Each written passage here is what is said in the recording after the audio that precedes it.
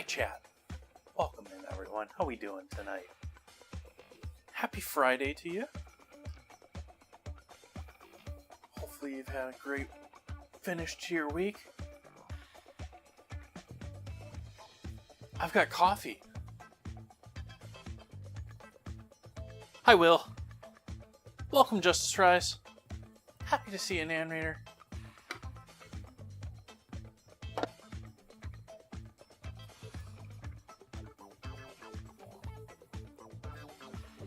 Welcome, JK.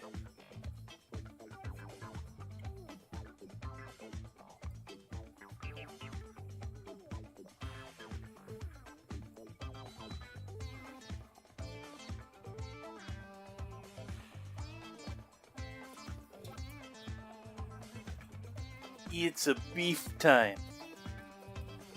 We be making beef stroganoff tonight.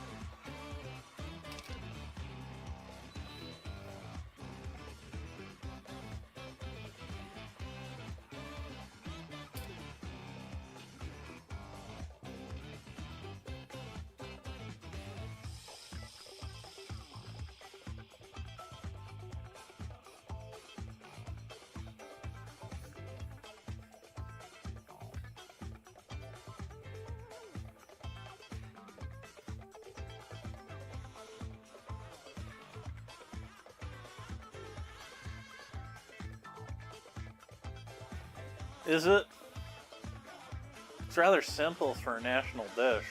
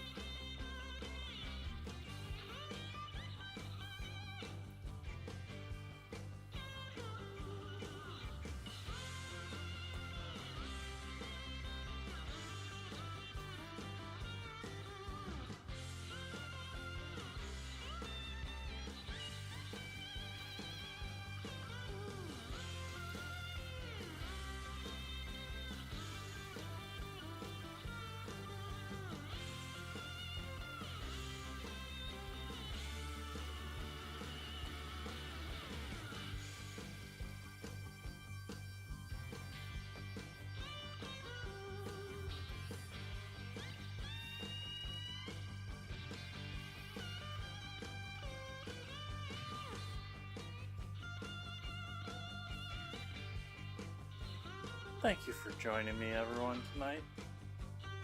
Cheers. Happy Friday to you all.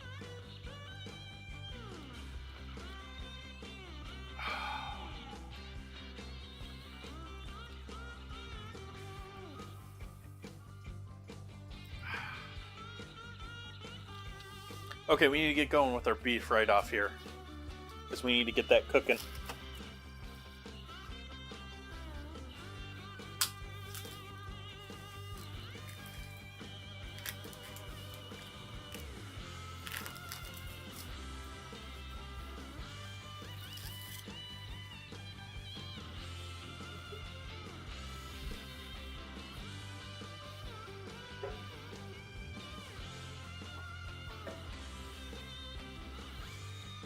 Pan's dirty. I need a clean pan.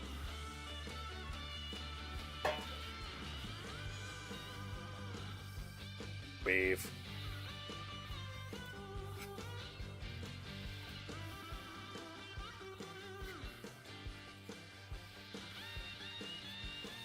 Beef for stew. Actually going to leave that out because we're gonna marinate that for Sunday.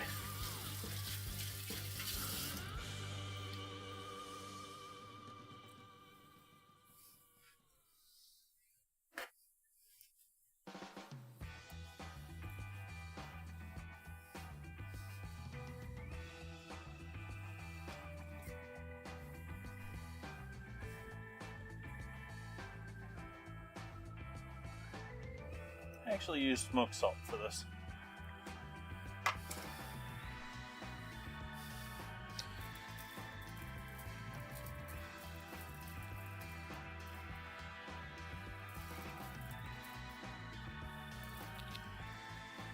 So that's my smoked salt blend of random gift smoked salts that I've gotten over the years with some Hawaiian volcanic charcoal salt.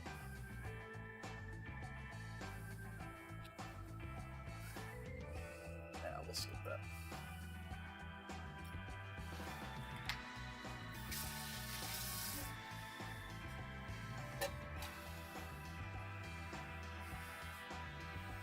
The other salt.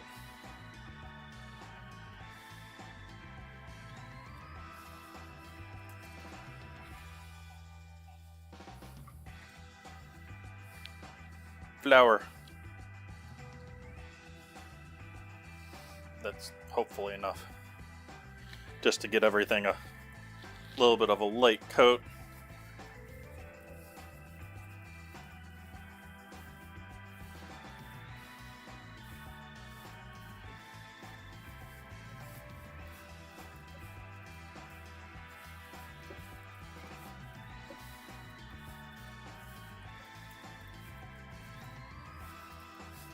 Just sort of a tacky coat. Like, that's still like sticking to my fingers, it's sticking to all of that.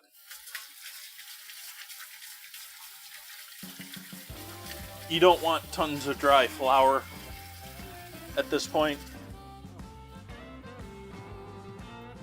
You're just trying to allow it to soak up a majority of what liquid is there.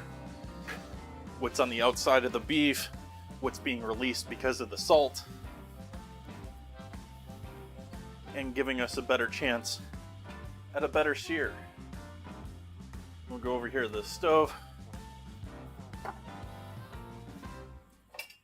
start heating up our pan. Pan's already a little bit warm, not very warm, but I just cleaned this and fired it, so it's a little warm.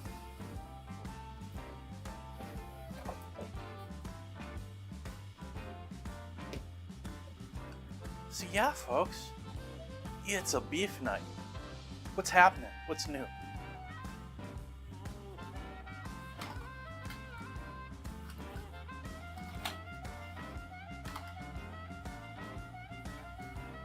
Did anyone pick up on my Russia insult with it being a simple dish?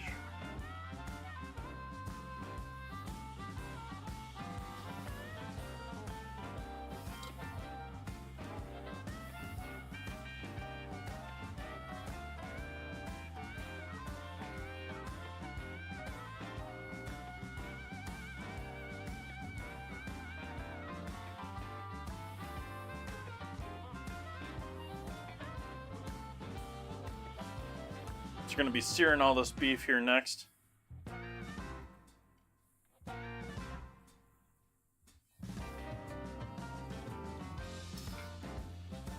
I brought home some new tongs.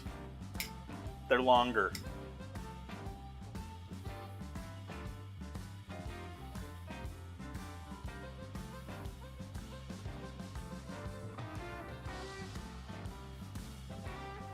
It's one of those, you know, big man kitchen things to insult someone using long tongs.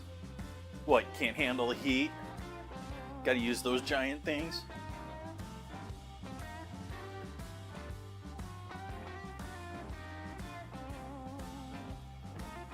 Not quite there.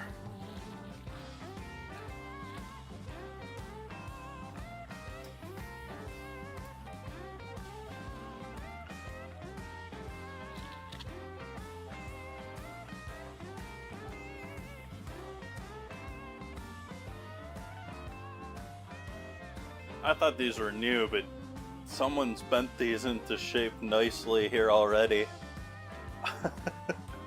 They look relatively new, and I suspect that I bought them for the business and used them somewhat, but they've got a nice bend to them already, where both of these are twisted nicely.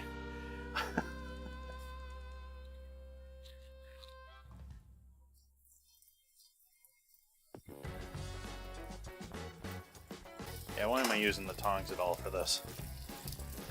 I'm getting my hands dirty anyways.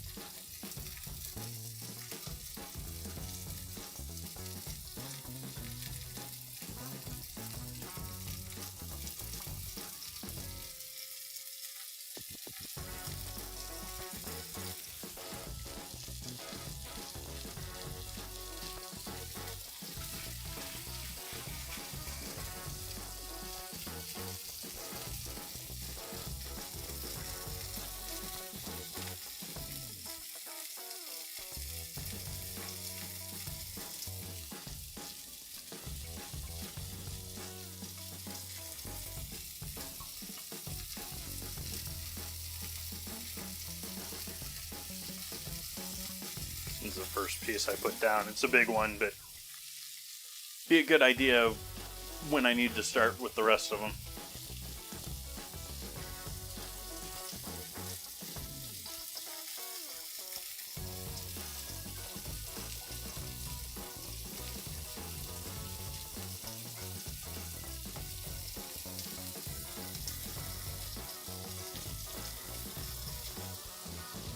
Gonna be doing sauteed mushrooms and gonna caramelize some onions.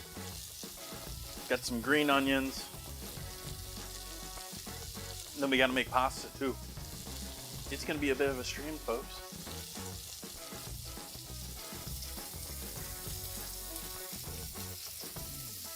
That's good because it gives us good time to get a little bit of a sear on all of this and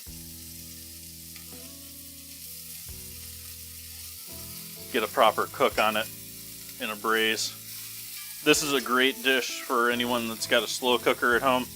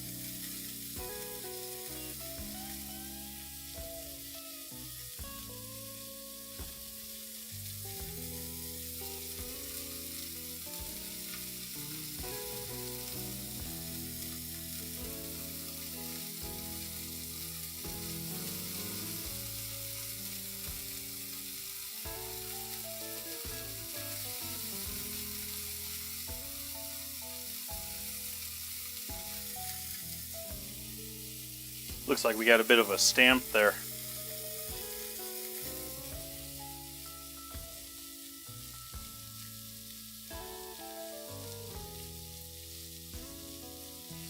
By a stamp, I mean one of the USDA or other certification stamps that may have got stamped with it a plant.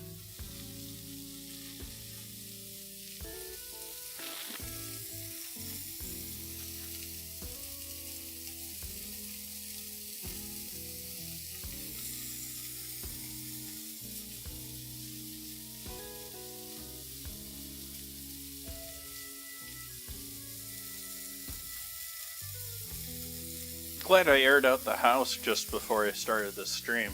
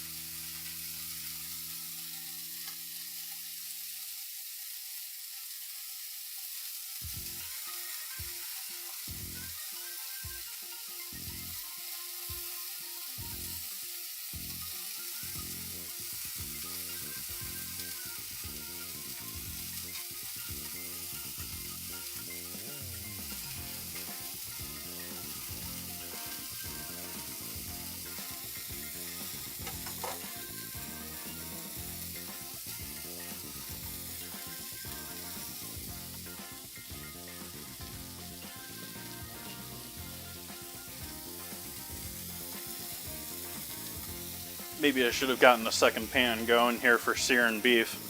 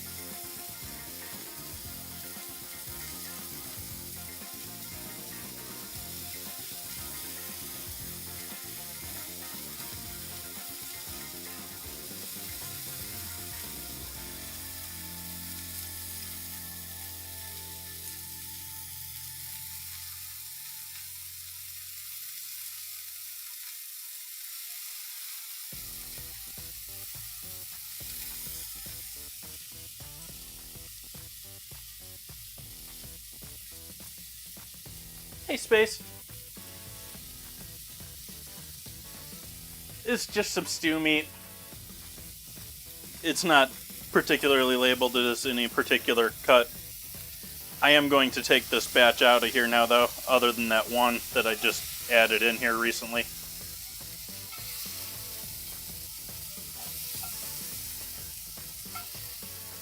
They all got some nice color on them, which is the major plan there.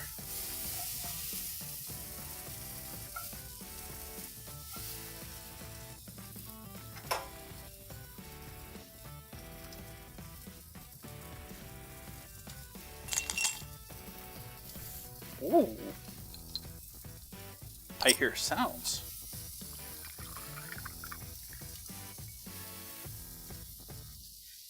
Space, thank you for that resub.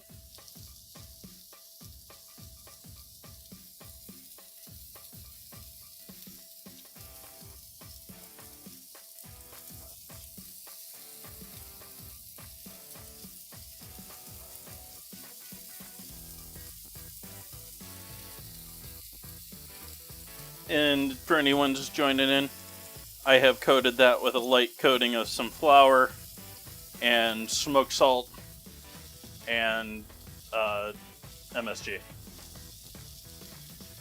Sour cream.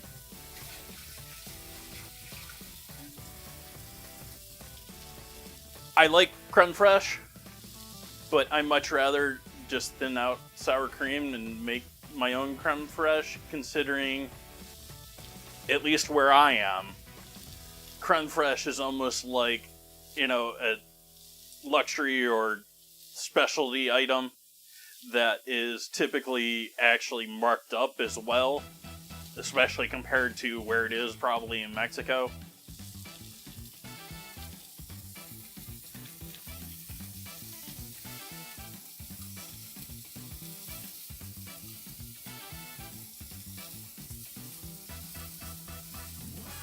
And I don't know if I can even find organic creme fraiche. That said, I didn't buy organic sour cream tonight, mostly out of convenience.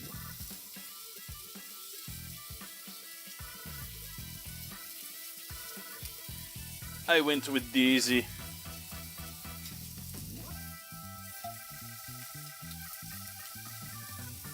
Rather than Clover Organic.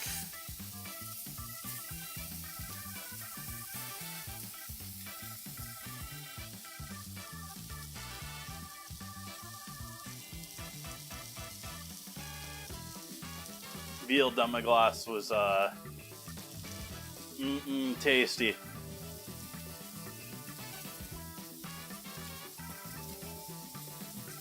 Which is what I did for Thanksgiving.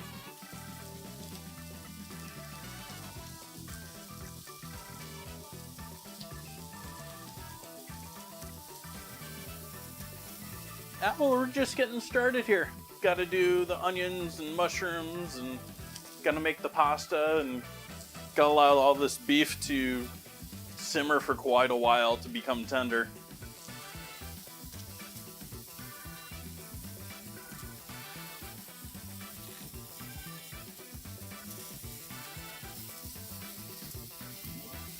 Ooh, nice color there.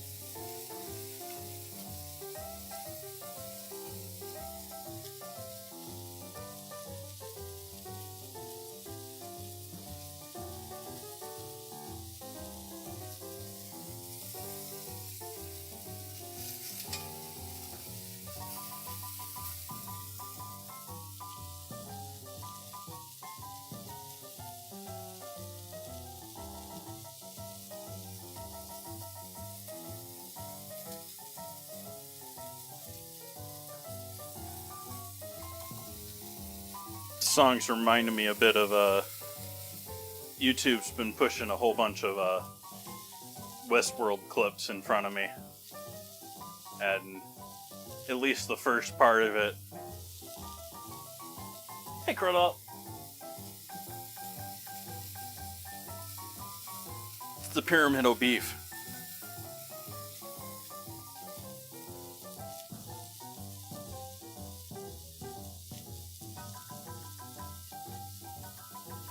Mm-hmm.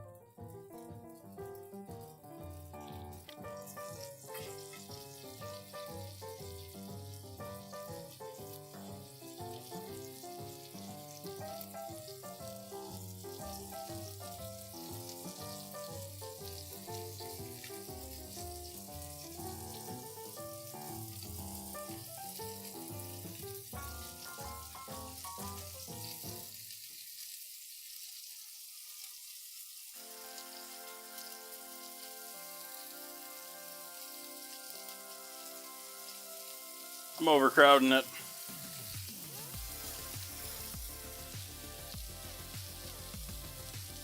But that's the last of it in there.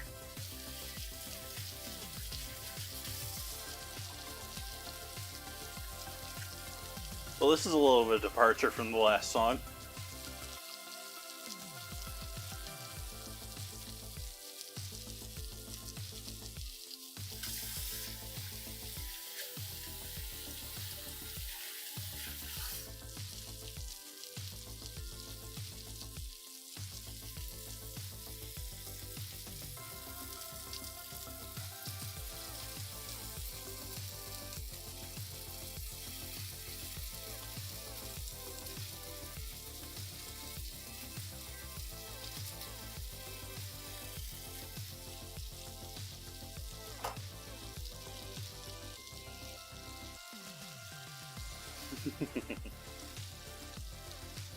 I certainly hope so, Space. I certainly hope so.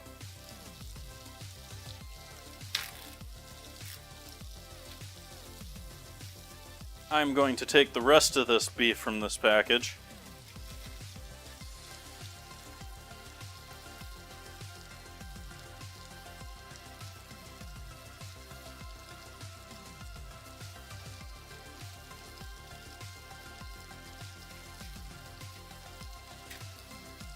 Bag it up. Or rinse this off.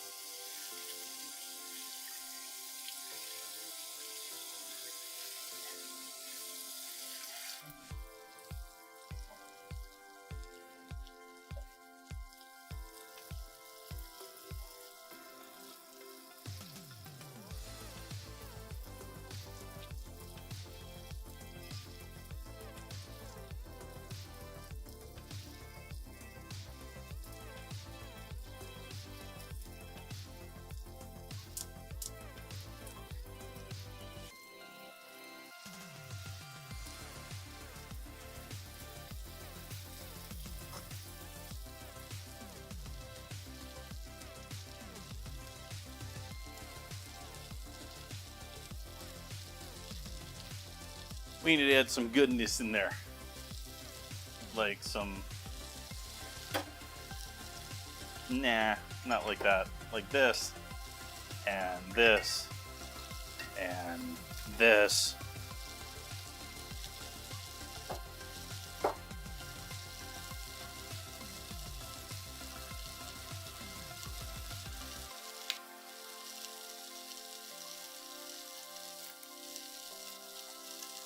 Mustard.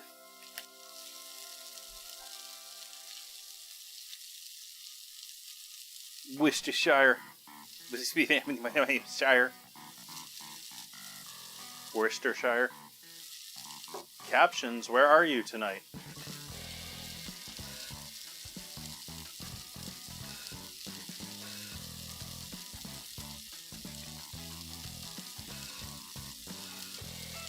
Captions.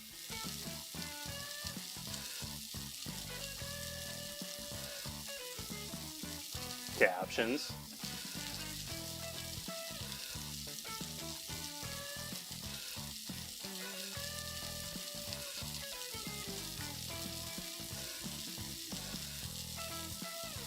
Hey, Weary Warlord.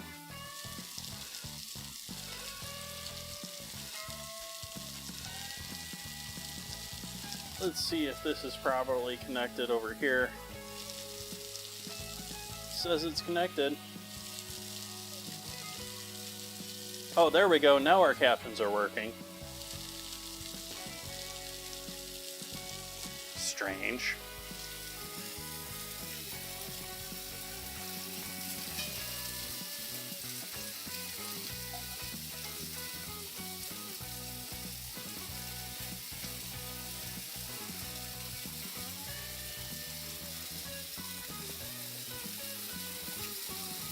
Welcome in. Apologize, I have to pay a little attention to the beef at the moment, but we're just getting started with dinner tonight. Shearing off all of our meat before we do a braise on it.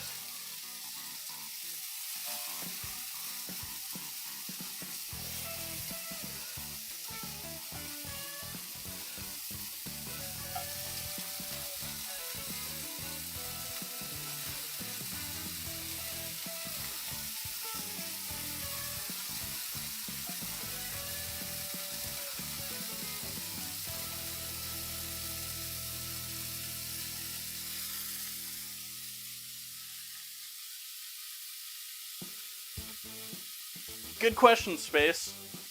The one that I'm using now is relatively new. I bought that myself new.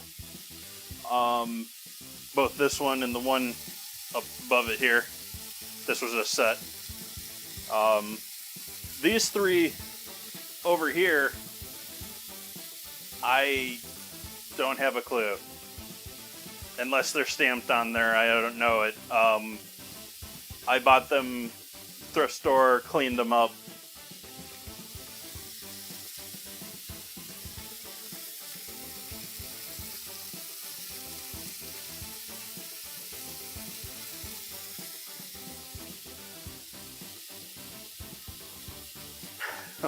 Warlord.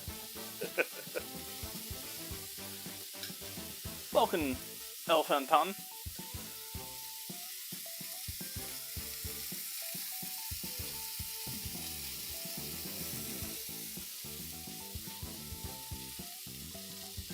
Okay, I put the Worcestershire and the mustard in there. Let's add some soy sauce in there.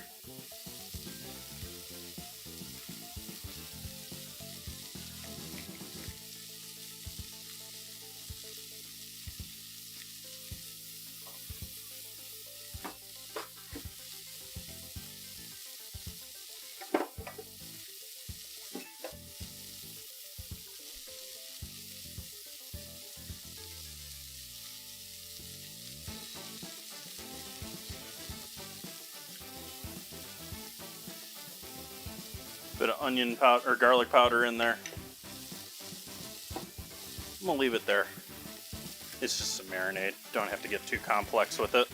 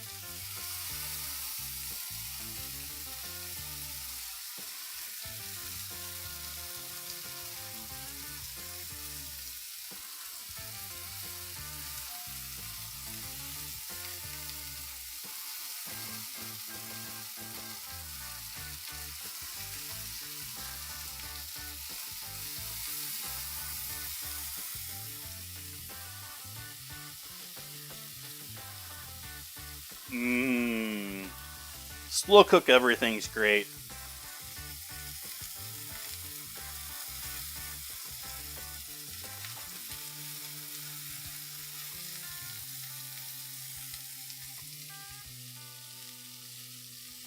Sort of like I've said before, most of the fruits and stuff like that, you can either have bad tasting fruit, but you either have fruit with depth of flavor or you have fruit with tons of sugar. And, you know, it's a matter of what you want to use it for. And that's the same sort of thing with fast cooking versus slow cooking.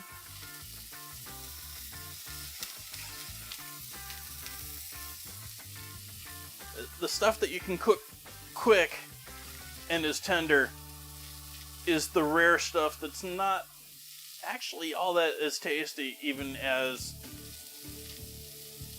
something that gave actual cook time to.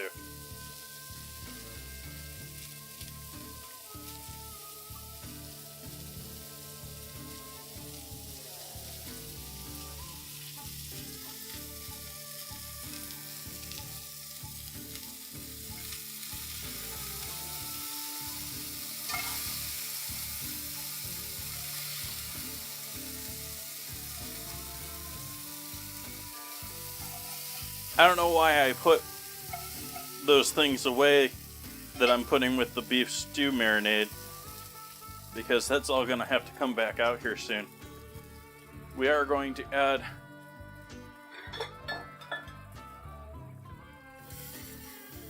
bunch of water into this pan.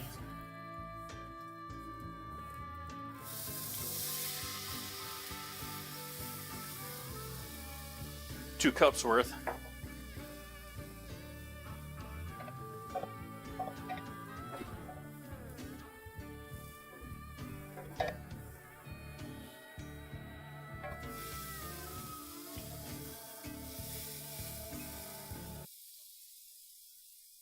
I didn't mean to stop the music.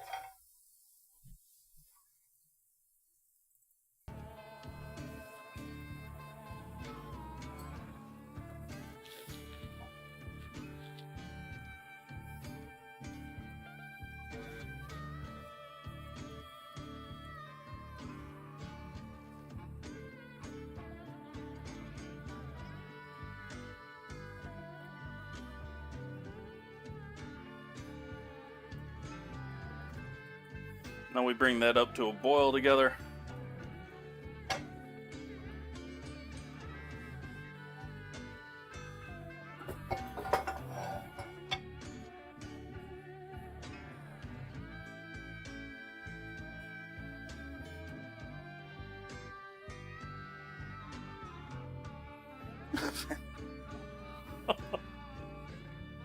Not a fan of starfruit, are we?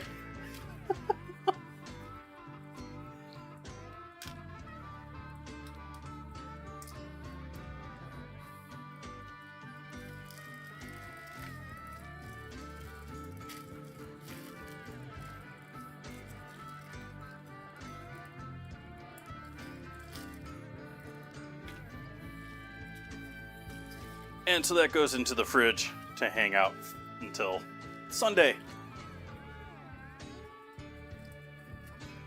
That should really be down at the bottom, but I don't have room at the bottom right now.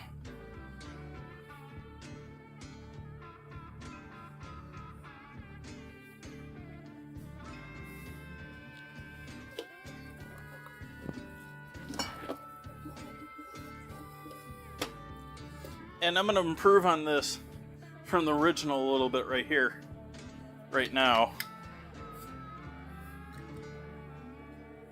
by adding a bit more liquid in here, but of a different variety.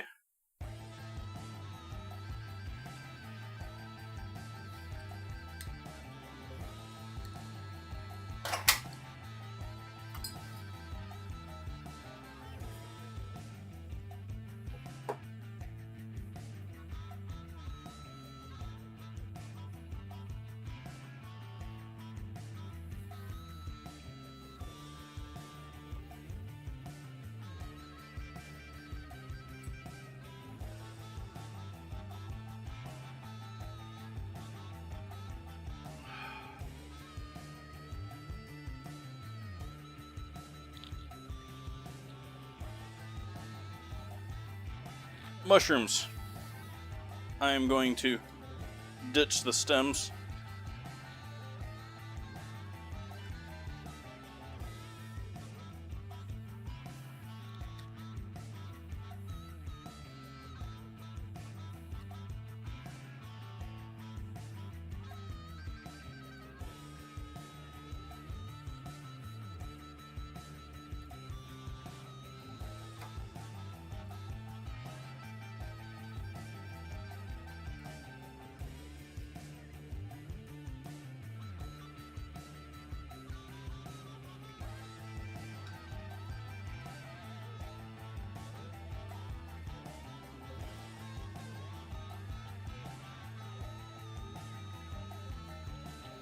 Stems are full of flavor, but they're also full of fiber.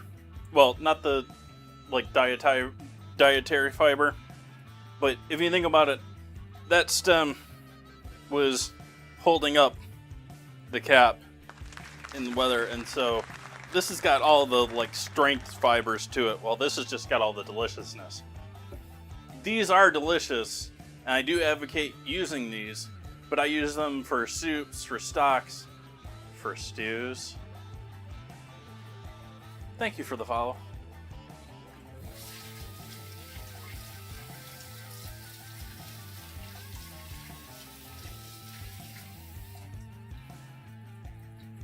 So I'm going to throw these back in the fridge.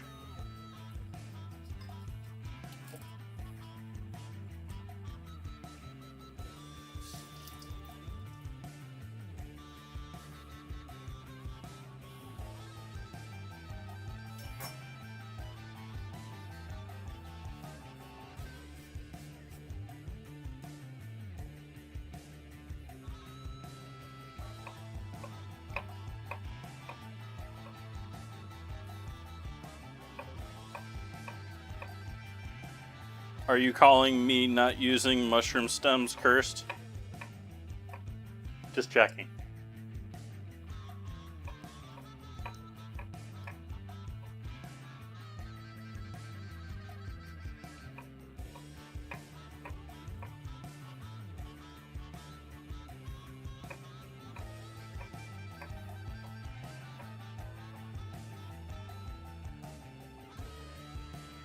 That they are, Space.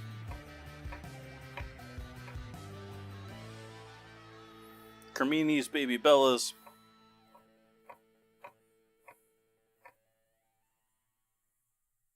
Hey, Ratapatty. How you been?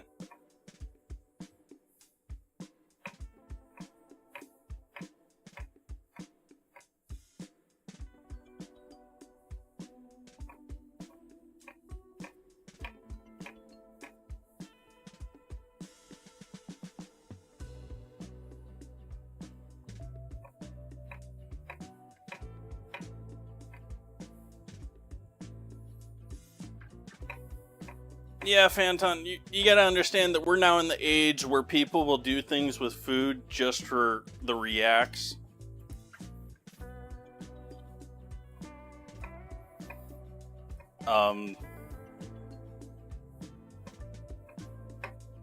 Like there's TikTok people out there that are making a living off of doing food content that is just cringeworthy enough that you're like, are you serious?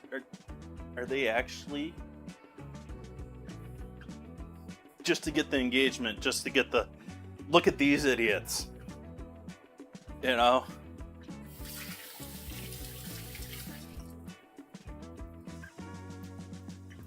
I'm just here cooking dinner.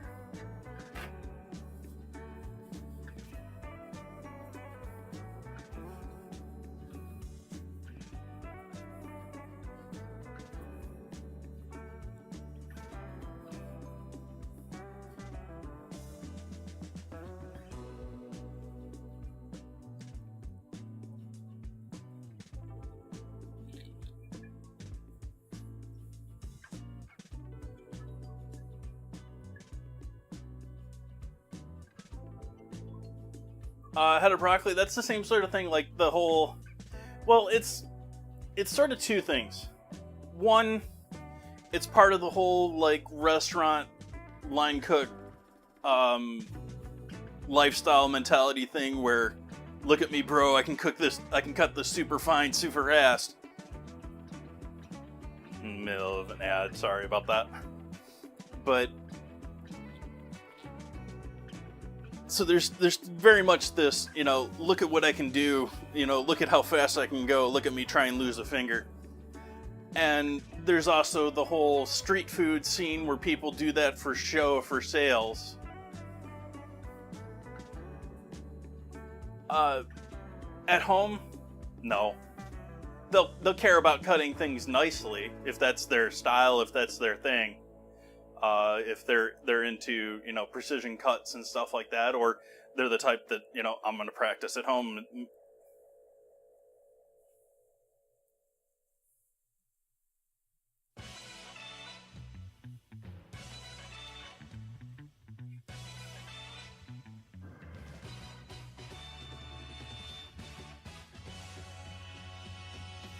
Mass production's going to use a machine for it because they don't want to pay for the human cutting their hand anywhere outside of, you know, a third world country or, you know, an idiot on the street.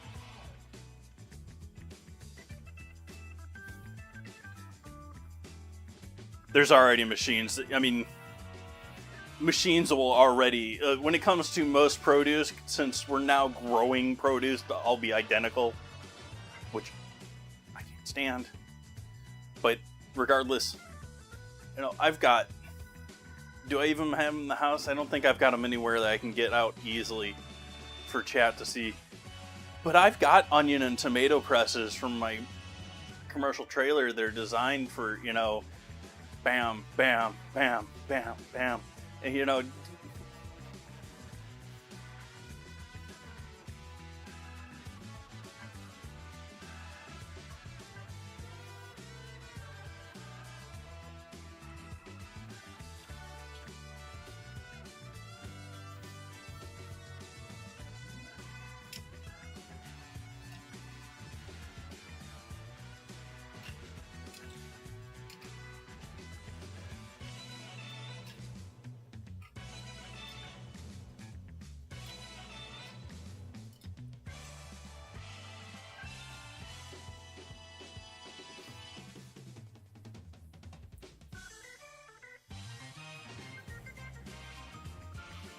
that beef still hasn't come up to a...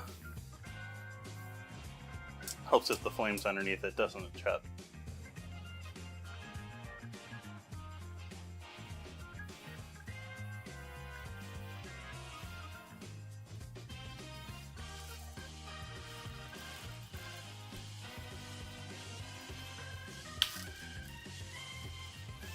Been there, Space.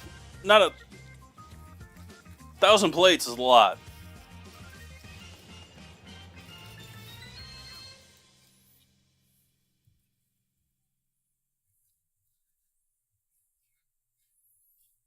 My college externship, we did 800 plated one night.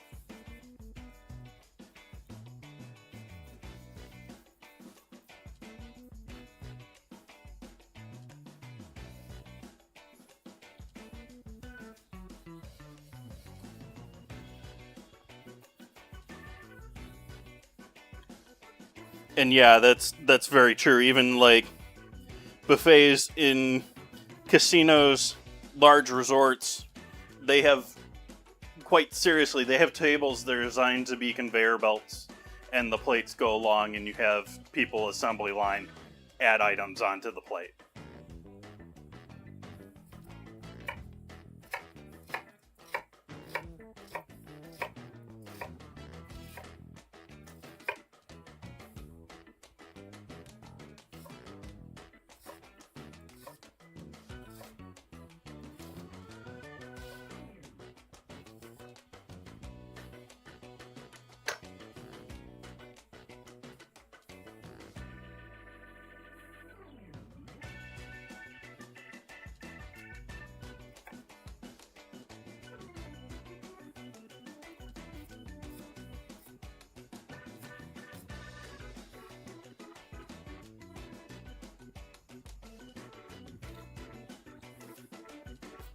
You don't work for Mr. Garlic Fries, do you, Phanton?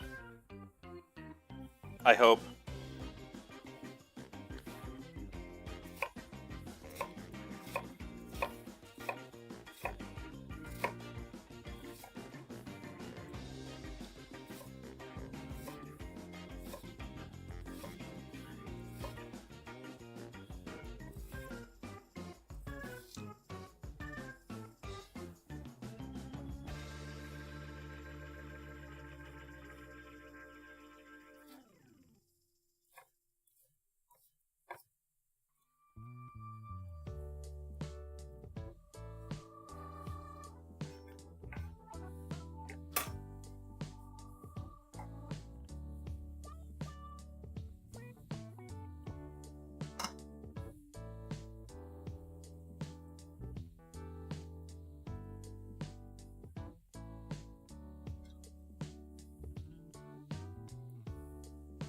We have considerably more liquid in there than I want at the end, obviously. Actually, we want this to be relatively thick at the end.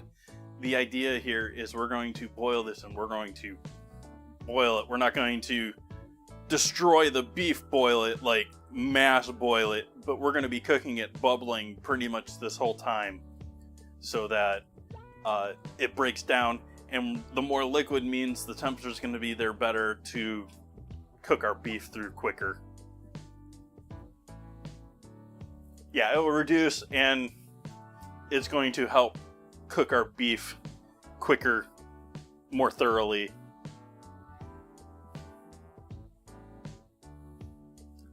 Water and beer.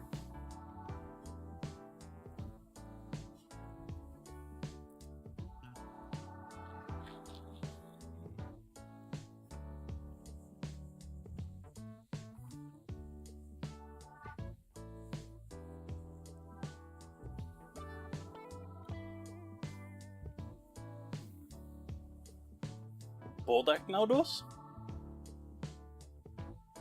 I have a horrible memory.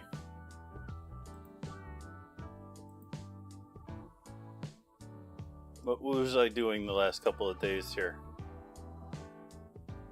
I didn't do noodles with that. I didn't do noodles with that. Didn't do noodles with Thanksgiving.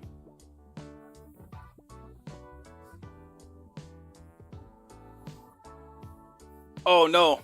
I did cheese bulldog manchis. If you're familiar with Vietnamese queen, she's in the U.S. in YouTube. She's pretty much the queen of Vietnamese, Korean. Sorry, not Vietnamese, Korean food. And she has a spicy chicken dish that's coated in cheese. I'm sorry, I don't know the language, so there was no noodles involved. I used rice with that, and I did some sauteed baby bok choy with it. It was all delicious. Came out looking gorgeous too. The photos are in the Discord.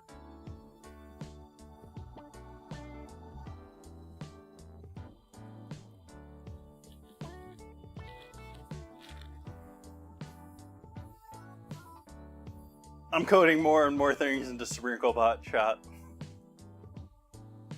I'm keeping them secret now, though.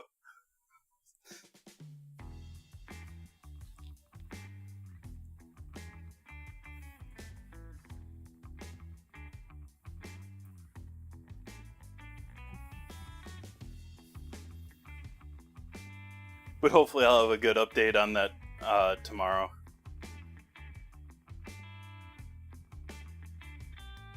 Why don't I skim the foam on top? Because I'm not that afraid of it in this sense.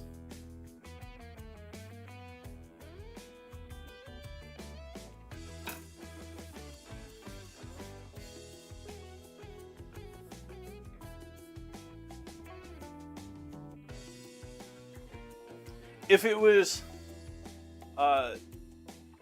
chopped beef from maybe 10 years ago, you'd be more likely to get some more like intestine-y like pieces and stuff mixed in there and stuff. I'm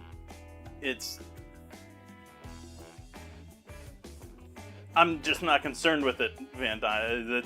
I'm letting it, because I don't think there's anything that nasty in there these days, because that isn't really making it. That's getting mixed into your fast food hamburgers.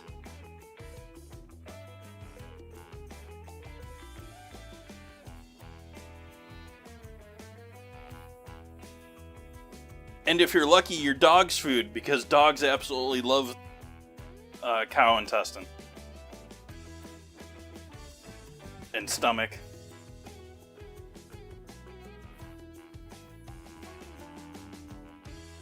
We look at cow stomach and it's just all, yeah. Dogs love it.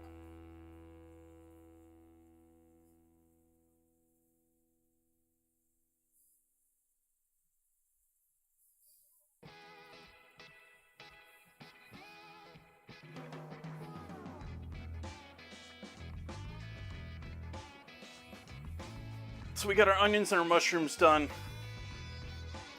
Let's get going on our pasta. Actually, no, let's get our onions starting cooking here first. I am going to carefully move this. I need to grab another towel here.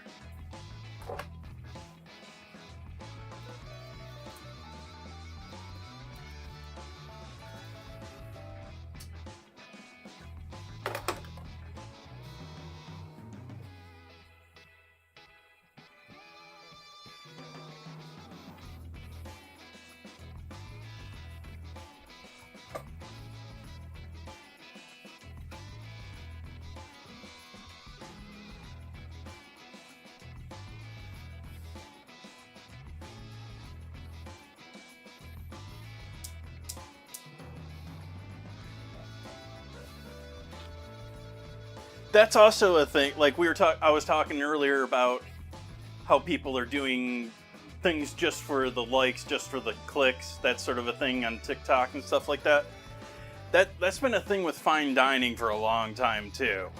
Like even before there was the whole TikTok thing, there was places like Mugaritz and stuff like that that did things just on the line of absolutely absurd. You know, like make you eat a dish that's in a porcelain. They made a porcelain dish made from a mold of the chef's mouth, and then filled it with put a dish inside of that porcelain, and then served it to people without utensils.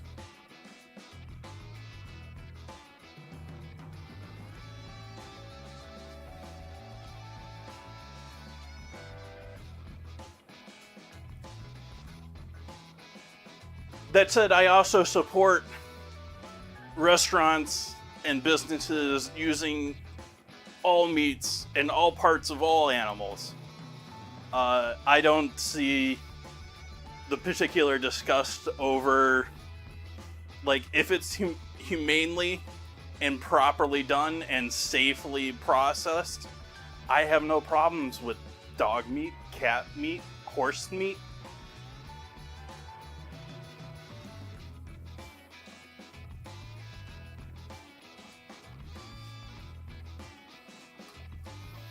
Rabbit. I mean, there's, like I said, there's a safety thing there. Rabbits have a habit of not being that clean, and have diseases that are easily just handling, at least here in the States, just handling rabbit meat can get you diseases. Raw rabbit meat.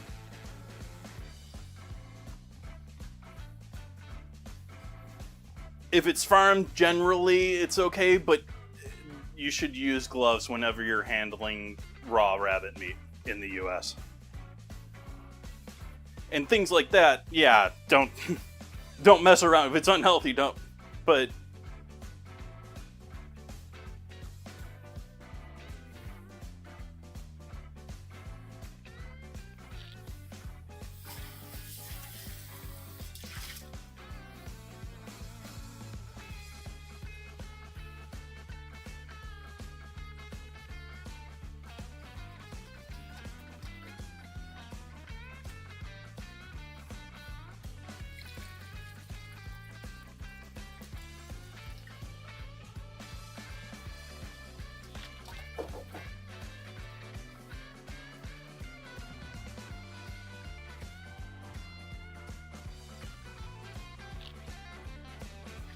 I've done rabbit several times on stream. Rabbit is tasty.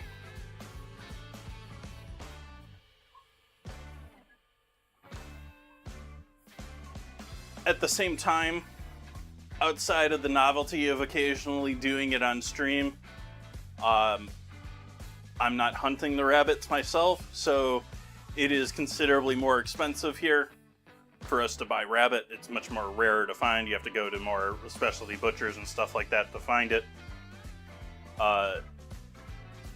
And comparing that to chicken, like, chicken is so cheap comparatively.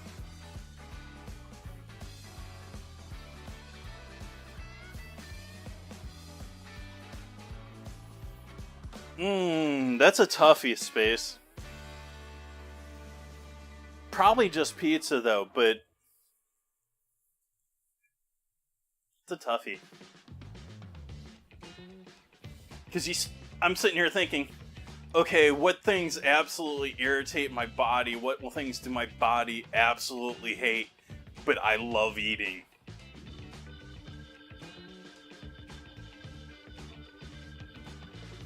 Like, I think those are the optimal ones, like, for that situation. I mean,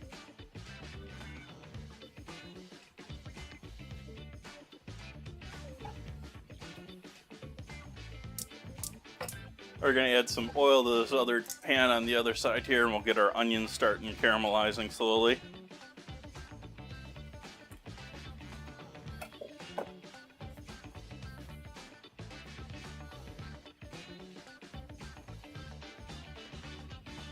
Exactly, Crawldalt. It's sort of like the perfect time. Like, what does it matter?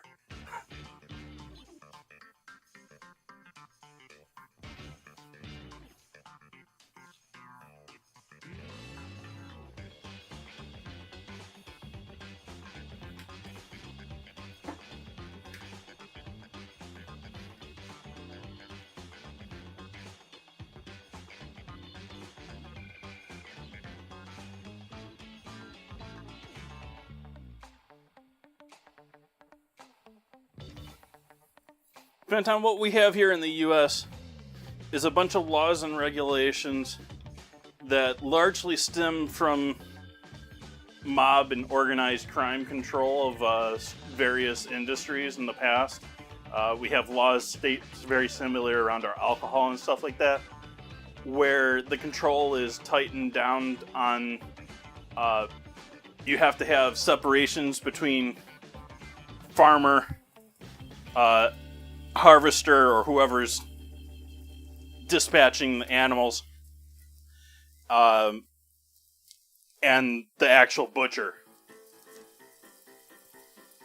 And so it's basically been consolidated by heavy industry at this point, and laws controlled by major industry to there's only, 4 or 5, maybe even as few as 3 major players in each of the major meat industries of the U.S.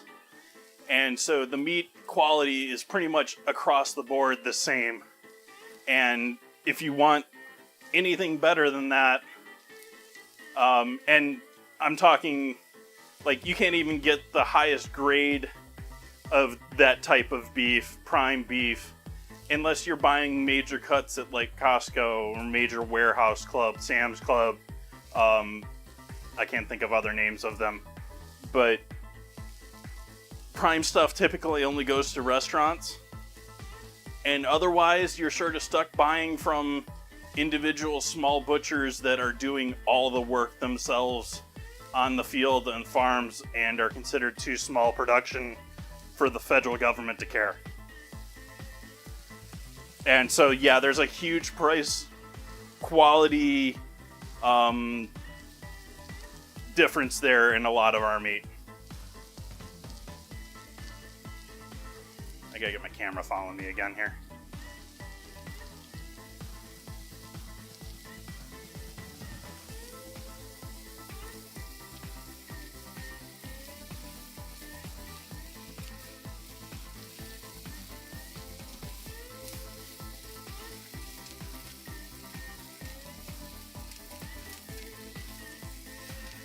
What's fighting that is now we do have a fair number of very large ranches starting to break into their own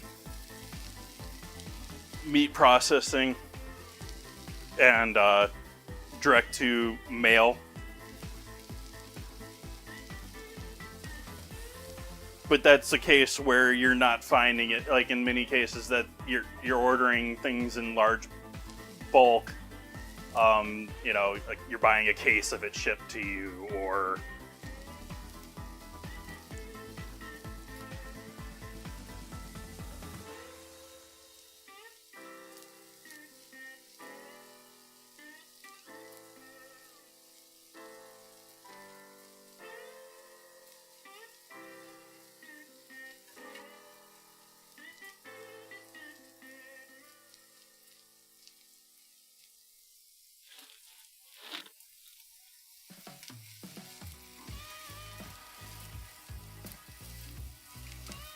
that said, what they do offer to us in many cases is not the worst that you can find. You have other grades that are lower that the public typically doesn't see, and they're typically more along the lines of, we're doing this specifically for McDonald's or specifically for Jack in the Box or something like that, where they're taking the more disgusting parts of animals and they're using the more disgusting animals, like they're taking the meat from the dairy cows that have had long lives, meaning tougher, more worked meat, and turning that into their stuff. They're doing things like bleaching it with ammonia. Bleaching it with ammonia.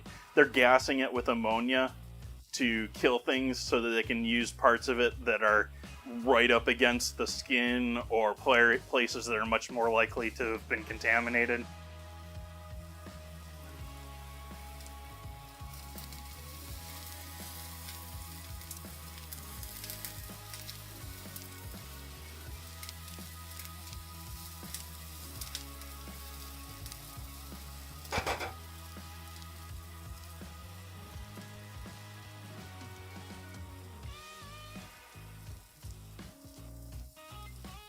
little water in with our onions.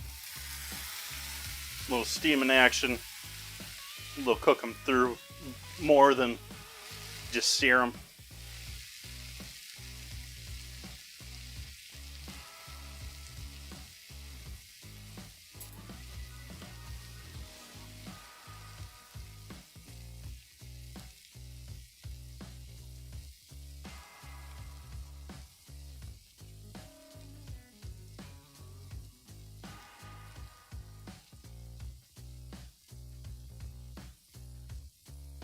One of the, there's a movie that I played in Discord a couple of years ago, Food Inc. It's a documentary. It's not all, it's very pointed towards the, green side, but they point out the math there for people who are on the lower end of financial spectrum. They have the choice of dealing with medical bills or food. And when you walk into a supermarket, I'll use the exact same example they gave there, and this was, 15, 20 years ago? You can go to McDonald's and get a sandwich, a hot sandwich, for $1 back then. Or you can go in and get a head of broccoli for $1. It's for the cheapest price point in America. There's been studies shown that the double cheeseburger is the healthiest percent thing you can buy. It's pretty ridiculous.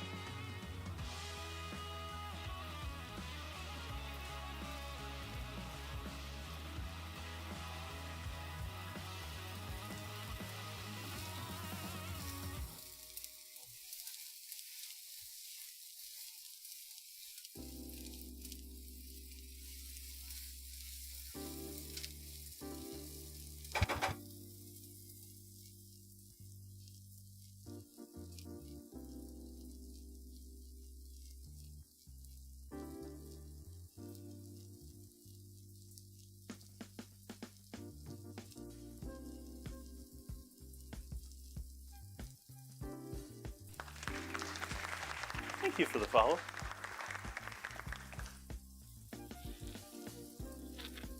I have a smiley face behind the camera over there so that your eyes naturally track to a face, and so I put that up there many years ago. At this point now, I squished it. I hung something up and I squished my face.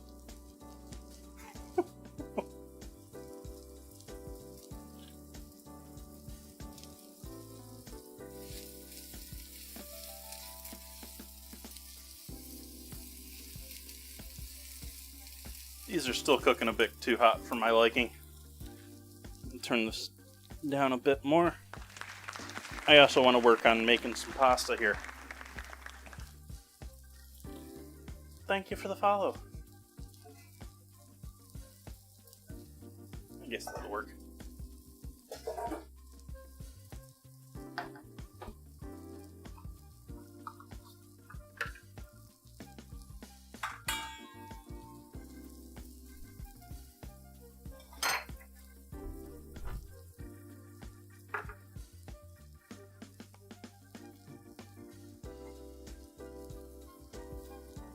Probably just simple mac and cheese. I'm not a huge... Pasta is a great way to be able to show your skill and ability to make something on one hand. On the other hand, it doesn't overly excite me. Oops, this is the wrong flour. We'll leave that out for now, though. Is this the right flour? There we go, pasta flour.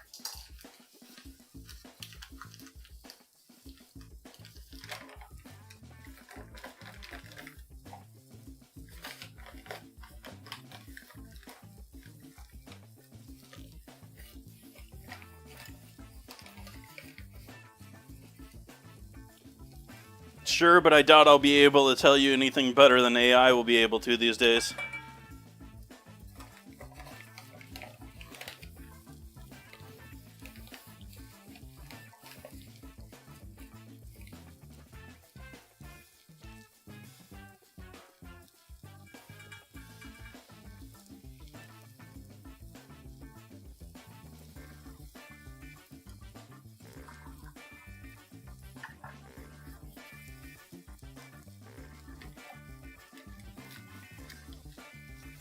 Sort of have to start with a couple of qualifications with that, though. Like, what are you looking to know about it? Like, are you trying to create a tasting menu where I'm going off of space? Tasting menu where you're linking everything together. You're trying to create a flavor profile throughout. You're worried of whether you're going to overwhelm someone with a flavor too early for something later on. Or are you worried about being cost conscious? Or are you trying to utilize everything, which is sort of the same thing?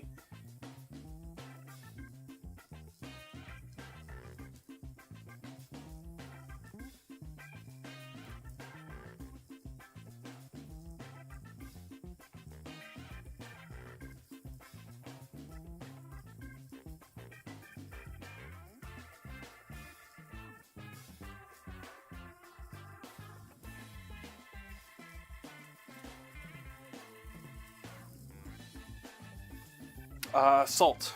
That's what I was turning around for. Salt.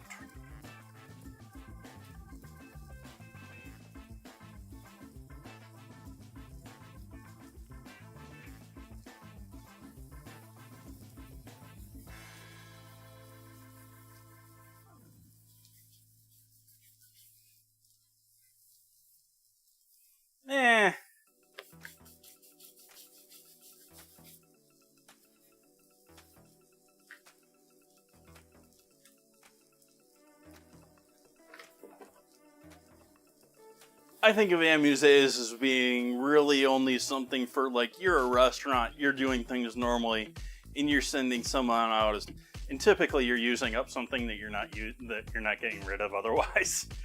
But you're sending out a small little plate to someone who's special or a VIP, like, hey, here's a little freebie. It is a starter in tastings and stuff like that, but though that said, most amuses are very fresh, very light, very palate cleansing, and are a great start. They'll get rid of anything else that's on people's palates before they got in there, so they're tasting what you want to taste them instead of beer or whatever else.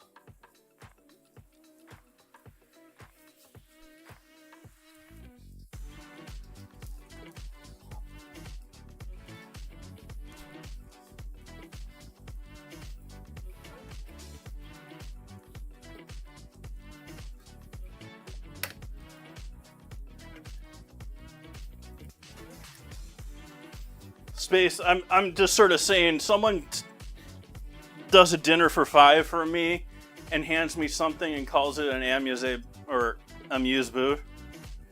I'm gonna be like, okay, it's your starter, dude. You want to use more fancy, useless knowledge?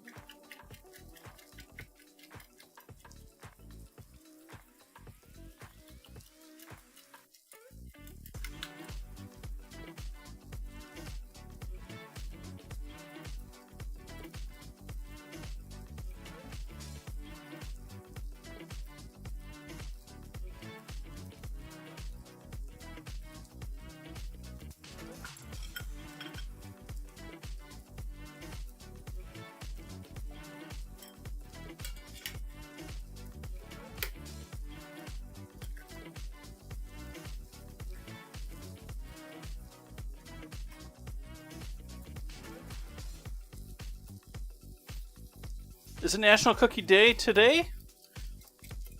Or was it... No, today's Gazpacho Day.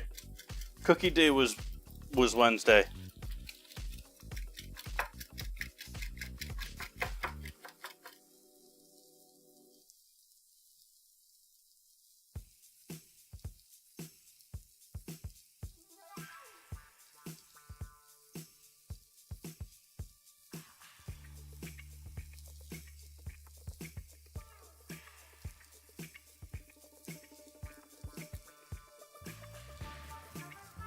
Let's see where we get with the 3 eggs.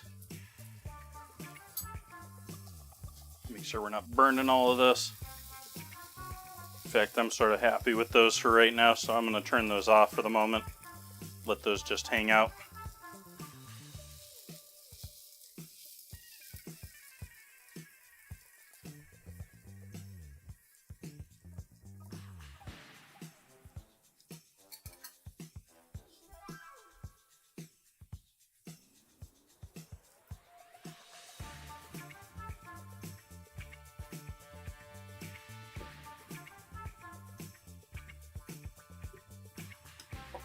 It's usually between 3 and 4 eggs, depending on how things are going. It's looking like 4 eggs here, but we've definitely got an egg bubble here on both ends of this. Yeah, we're going to do a 4th one in there.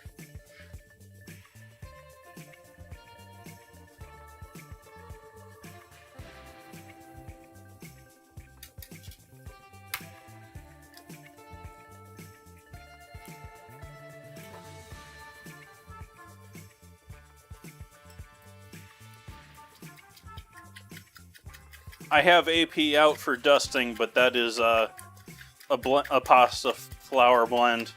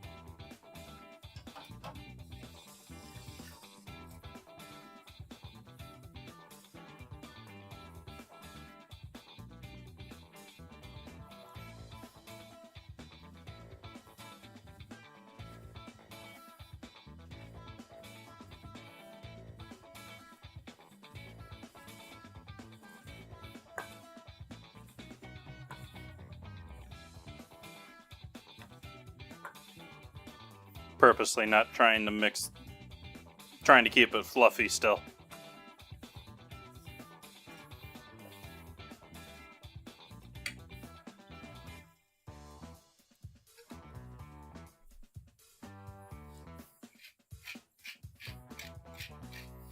Peppa.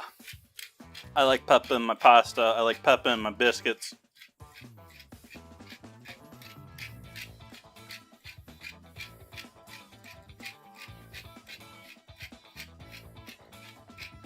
I just like peppa.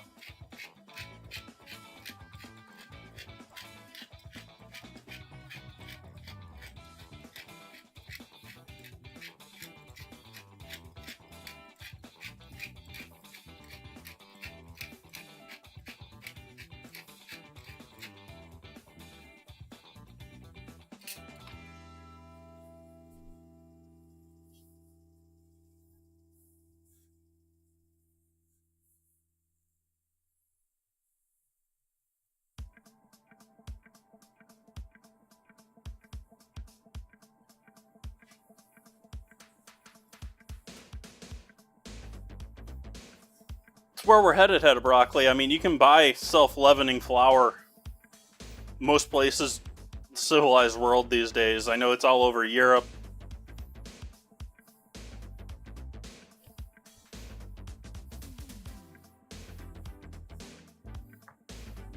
And if you're using it for that, it's questionable in my mind whether it's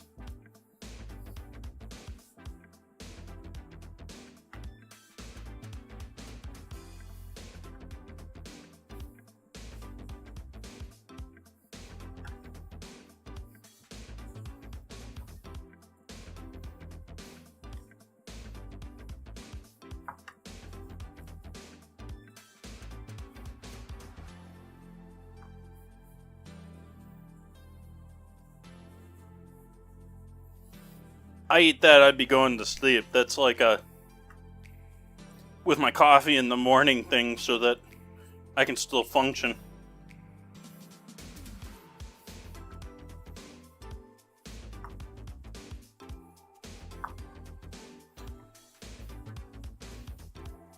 Yeah, give it to him during a board game. That way you win. Not saying that you aren't going to beat him anyways. I'm just...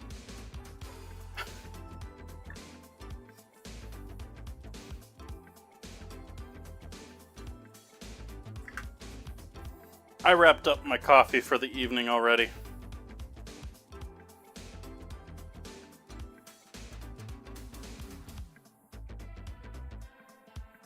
Alright, we're going to allow this to sit.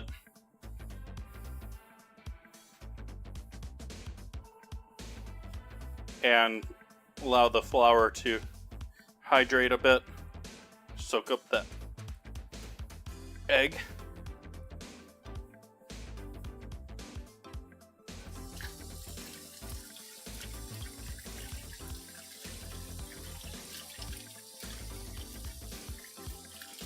And to prevent it from drying out too much while it's sitting, I'm going to spray it with a little bit of olive oil.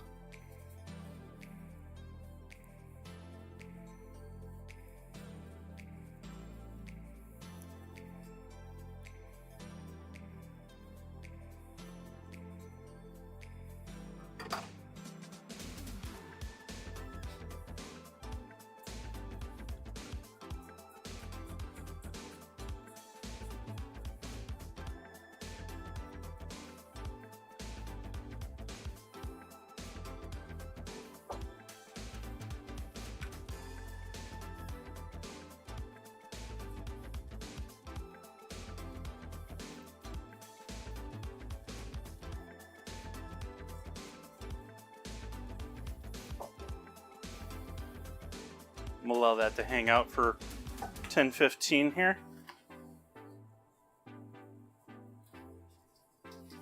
But someone asked if that was AP flour. I do have the AP flour out. I am going to be using that as far as dusting it when I'm rolling. The flour itself that I'm using,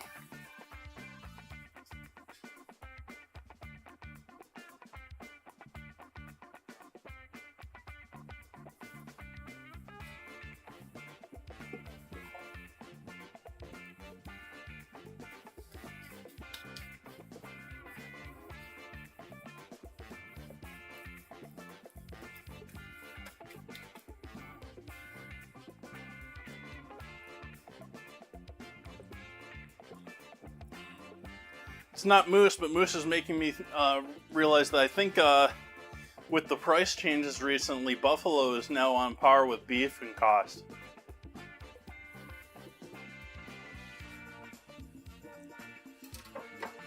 I'm not 100% on that one. Maybe someone can check that.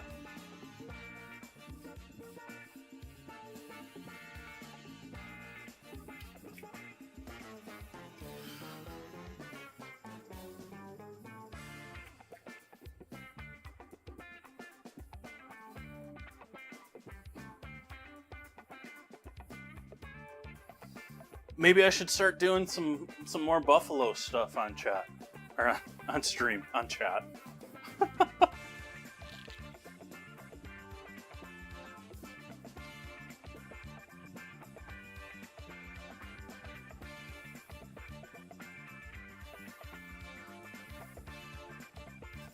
I guess we'll saute mushrooms while we're waiting on the...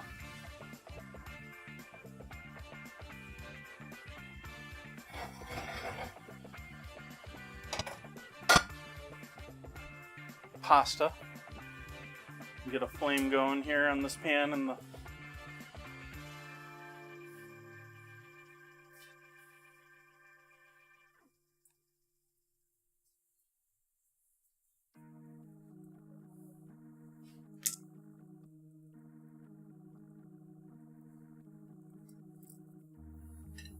Lots of oil when sauteing mushrooms. Most mushrooms will eat fats and oils, and so they soak up that oil as soon as you put it in the pan. I don't know if that's true science or not. I do know that mushrooms do eat oils.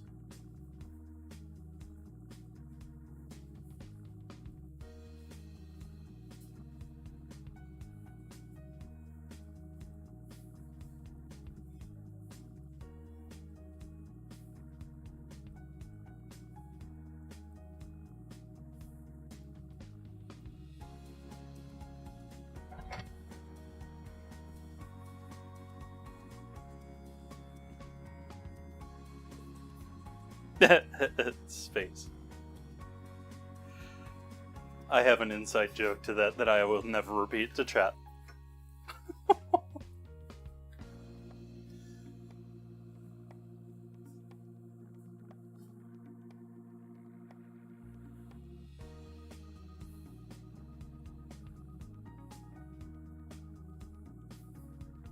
Let's wait for that oil to have a little more shine.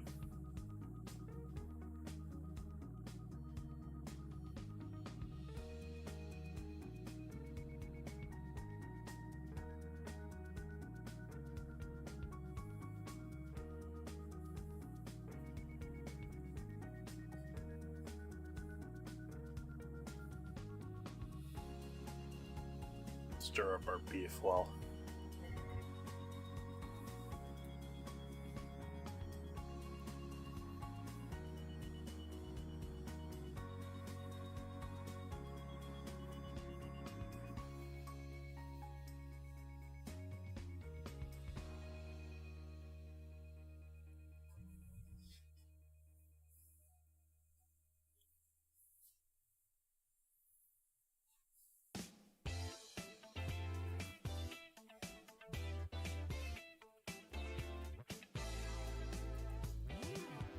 I don't think I've ever done sweet souffles in a banquet or mass production. I've certainly done them individual.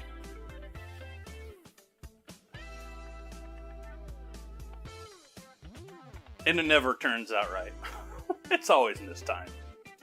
Either too early, too late. The only way that I can see souffles working nicely is if you're in a like Morton's is known for doing them. I think one of the big steakhouse chains, they do them, and Ruth Chris, I think it's Ruth Chris. Doing it in a restaurant is really the only way I can see that working well, where you have a waiter that can time things and you can have it out there at the right time. The rest of the options, like, there's no good way with the timing that I can think of.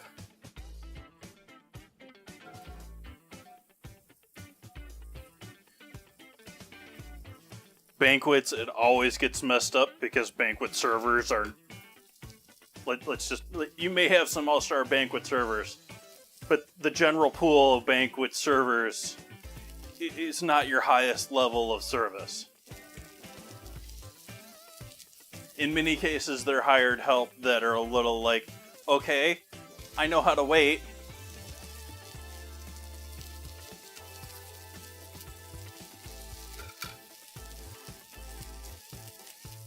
I'm just throwing all these in here and overloading this pan.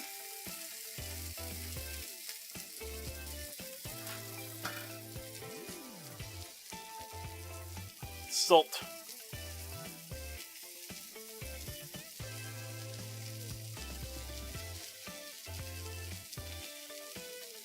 Cheese souffles are nice, and that's sort of like, not the sweet ones, but savory cheese souffles, you got a little more play with them because the cheese solidifies.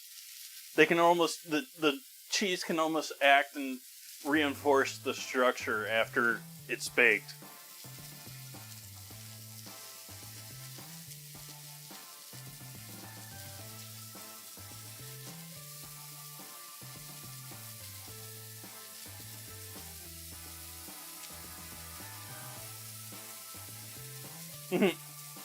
Ouch, gate, space.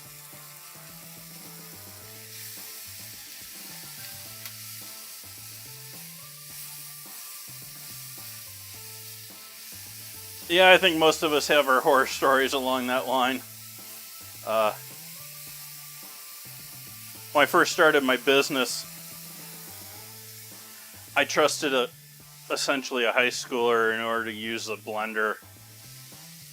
And I discovered several days later that I had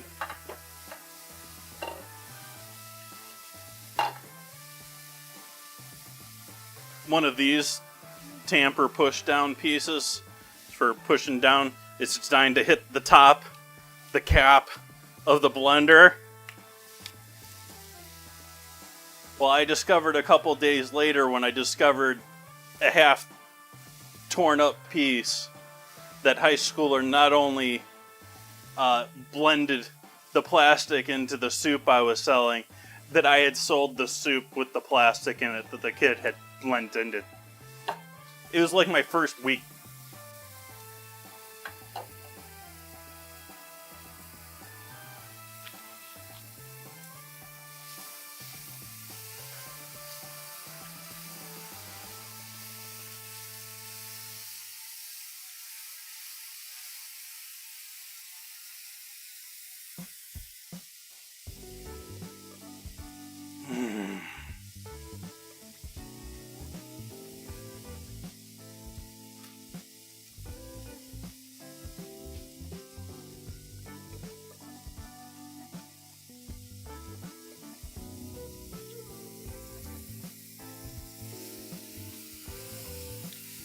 I once had an easy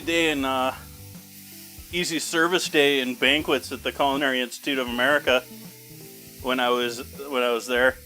One of the one of the best days that you could ever have as a student. They had a setup where in the banquets class you do desserts on basically this small little table practically in the waiter entrance and exit. And, you know, it's a table that's, I don't know if it was even as long as this table here for doing all the desserts for, I forget how many people ate on stage. But it was something like 60, something like that, maybe? That's probably a bit large. Maybe 30, 60, something like that. They would have the racks of, oh no, that's what it was. We were serving our dessert. It was a mousse or some sort of pipe dish, and we were serving it in martini glasses. And the glasses were stacked up above us. And totally not our fault that this happened. But one of the racks, while we were working on two others that were on the table, think those typical dishwasher racks with the high side, they're designed to hold glasses from clinking around.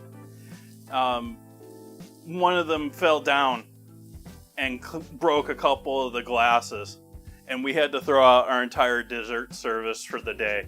And so we did the work of making dessert, but then we got an absolute automatic A because it was ruled it wasn't our fault that it got ruined.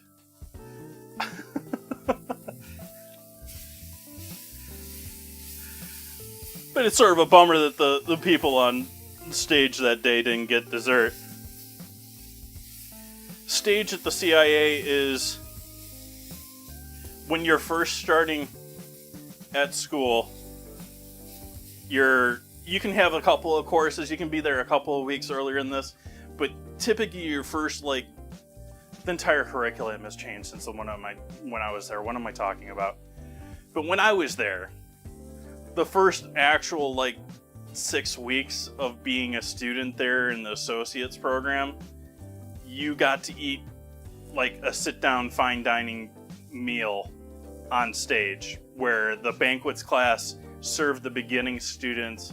You got introductions to a lot finer cuisine, a lot fancier presentations. You know, like you basically ate fine dining food, not high dining priced food, but high dining food or fine dining food for 6 weeks to get you sort of in the idea of this is what we're making, this is what you're trying to do.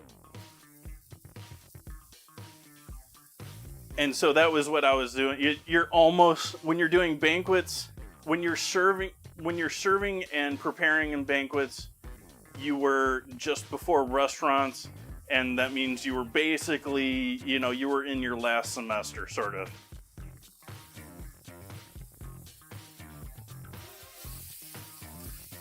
But nowadays, it's a completely different schedule. As like when I went there, they were starting new students and graduating them once every 3 to 6 weeks, but typically every 3 weeks. And now I think it's more in a more traditional school semester schedule.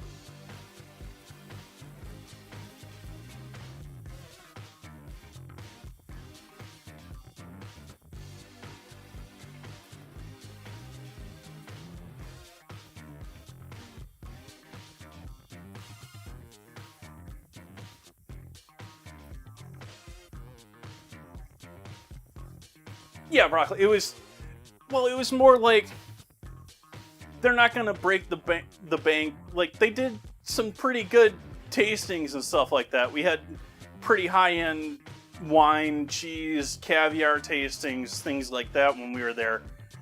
But as far as like the banquet's menu, it was much more about presentation and preparation than it was about fancy, expensive ingredients.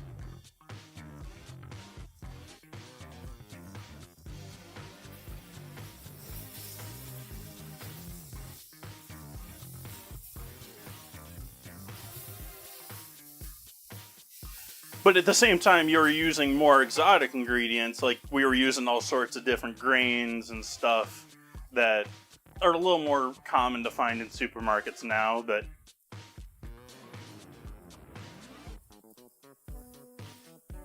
I'm throwing the mushrooms with the onions now and turning the heat off on those.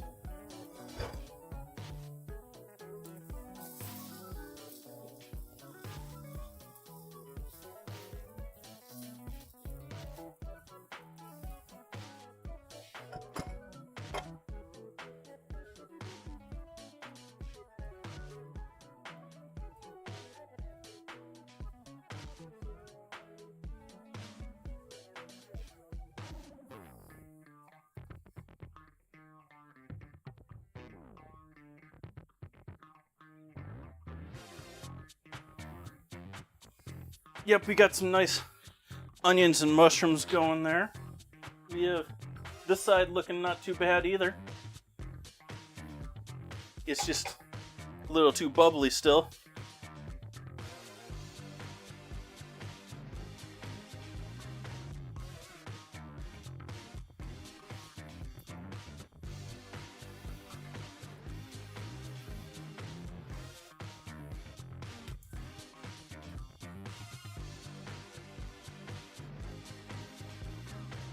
It's done some, and you can see that it's thickened a little bit, but that's probably mostly the flour that's in there that I coated the beef with to sear it.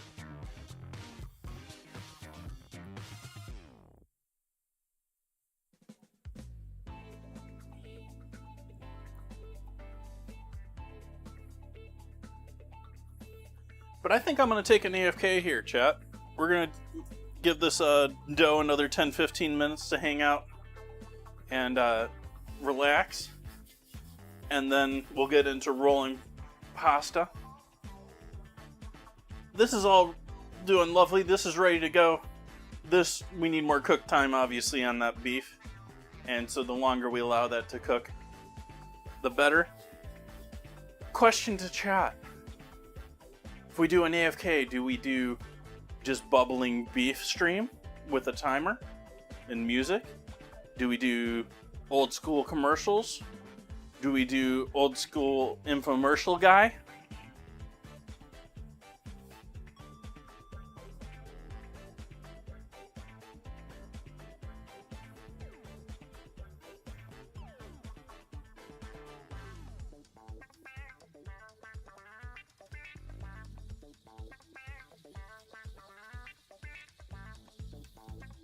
Commercials? Commercials it is, folks. I will see all your lovely faces here. Well, let's do about 15 minutes. Does that sound okay? I usually cut it off somewhere in between commercials. But I'll see all your lovely faces here in about 15 minutes. Daddy!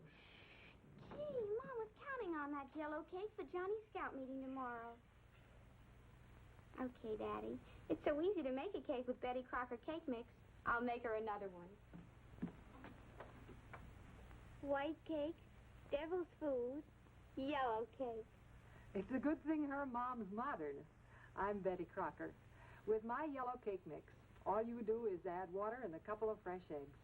The other ingredients are in the package. Same fine things you'd use right in your own home. You'll get a perfect cake just like this, or write General Mills, Minneapolis, Minnesota, and they'll send your money back. A high cake, a light cake, a better tasting cake.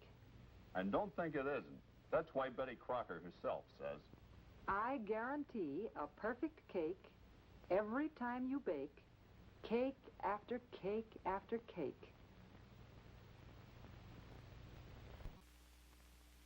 Hello, may I come in? I am Chef Boyardi. Perhaps you have seen my picture on Chef Boyardi products at your grocer's. Today I want to tell you about a wonderful dinner for three. A dinner that only costs about 15 cents a serving. It's my own Chef Boyardi spaghetti dinner with meat sauce or mushroom sauce. It all comes in one carton. A full half pound of tender, quick cooking spaghetti, 10 full ounces of rich, tasty sauce, and to top it off, a whole can of zippy grated cheese. A wonderful food.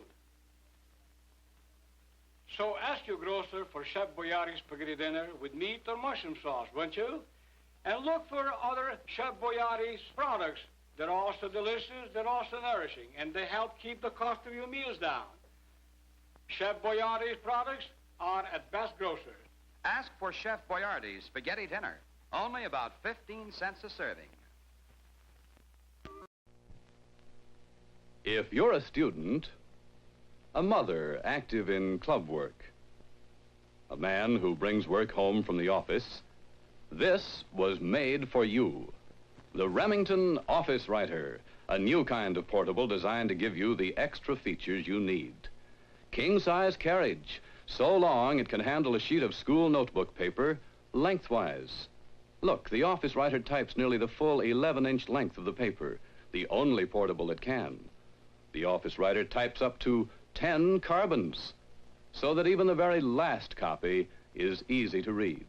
Cut clear, clean stencils unlike any ordinary portable. See the exciting new Remington Office Writer at your dealers. The price only $149.50, carrying case at slight additional cost. Available after a small down payment for only $1.50 a week. Terms payable monthly, including taxes and a small carrying charge.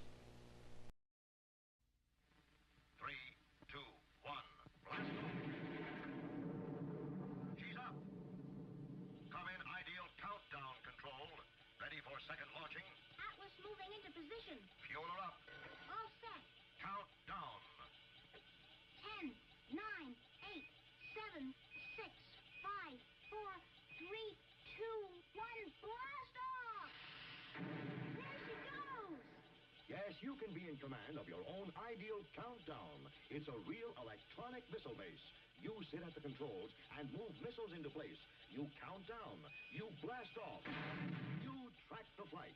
The ideal countdown comes complete with moon missile and lunar probe, as well as a giant atlas. Get your electronic ideal countdown now, wherever good toys are sold. It's a wonderful toy. It's ideal.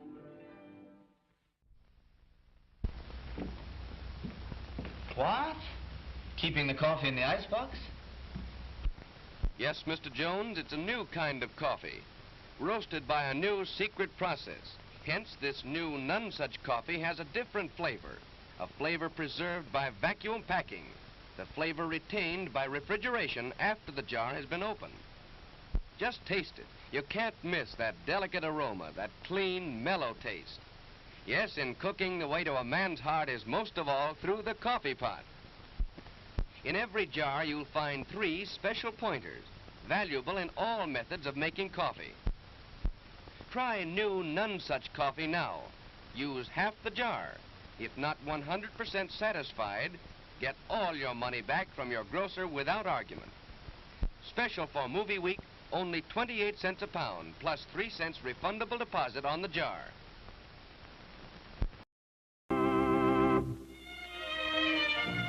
If you've ever been to Venice, you remember the gondolas and the picturesque waterways.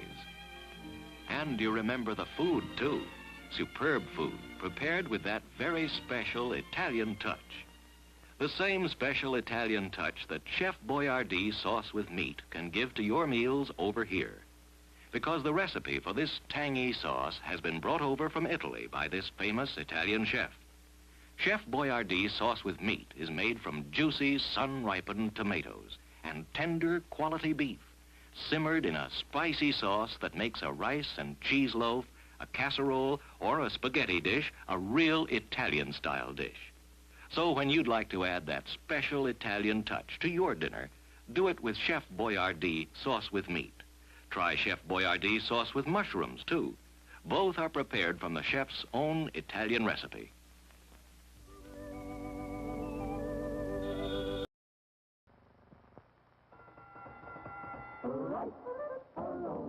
The San Francisco treat.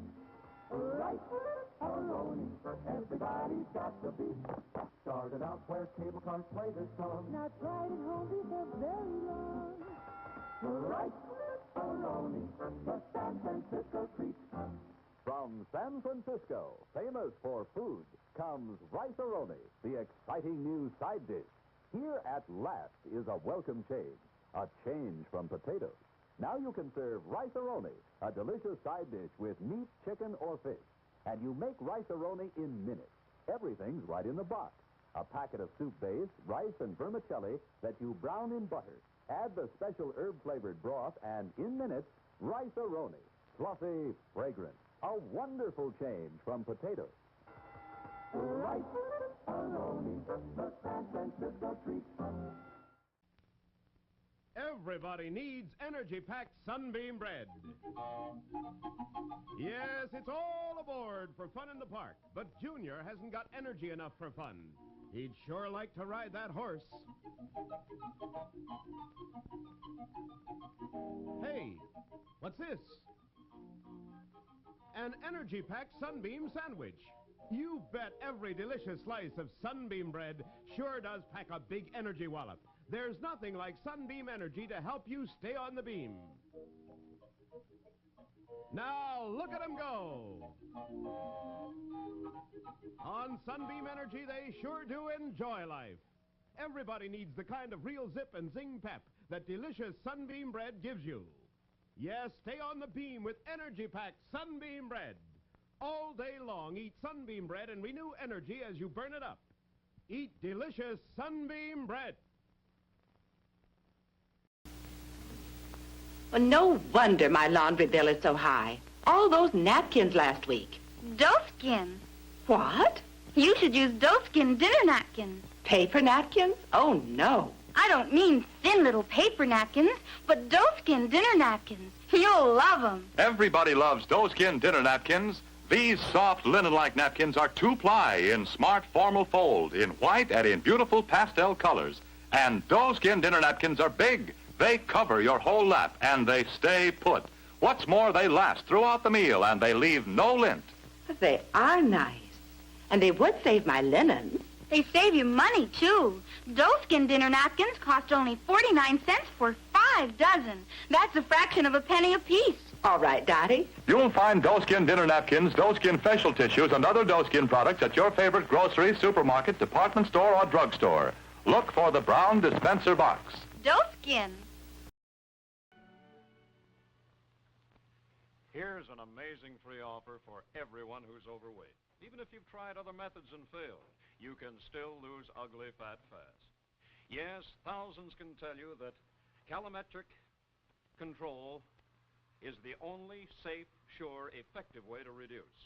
Now, this package contains the Wonder 10-Day Diet that gives you 3 delicious meals a day, plus a bedtime snack, even includes a jog for your willpower. Yet you take only 3 calometric tablets a day. And here's the sensational free offer. A 30-day supply of wonderful calometric tablets. A certified $3.50 value when you buy the regular calorimetric way to weight control. You save $3.50. Now that's a $7 value for only $3.50. A 50% saving. And how can you get your free bottle of calorimetric tablets? Well, just send in this calorimetric box top with your name and address. Your druggist will give you a postage-paid envelope already addressed to the calorimetric company. Now, don't lose hope, lose weight. Get calorimetric reducing formula at your drugstore.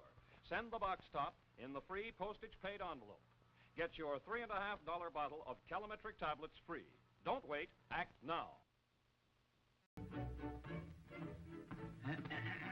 What are you doing here? You ought to be outside with the rest of the kids.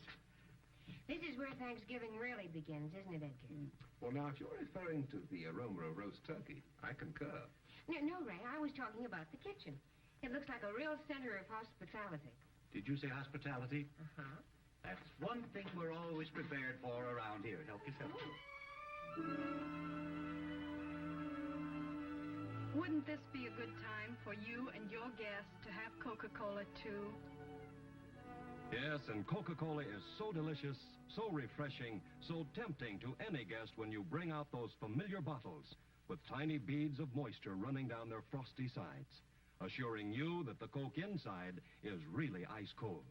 And the good, the gracious, the friendly homes of America are always prepared for hospitality, not only on Thanksgiving Day, but every day, all the year around, no matter who comes to call or who happens to drop in. And one of the easiest, simplest, and surest ways in the world to be prepared for hospitality is to have plenty of Coca-Cola in your refrigerator, ice cold and ready to serve all the time. It's a wonderful way to say to folks, so glad you came. Welcome anytime. When you have a Labatt's, you have an adventure.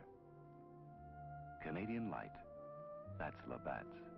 It's a great new taste in beer. Enjoy import quality at USA prices. Have an adventure. Have a Labatt's. Next. Welcome back, chat. Welcome back, chat.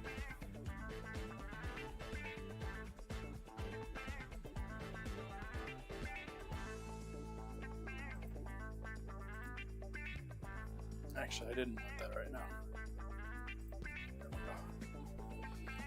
Getting into doing pasta now. Getting into doing pasta. Grabbing my pasta roller out here.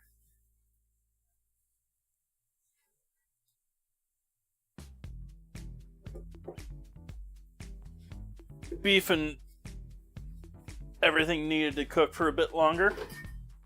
Procrastinating.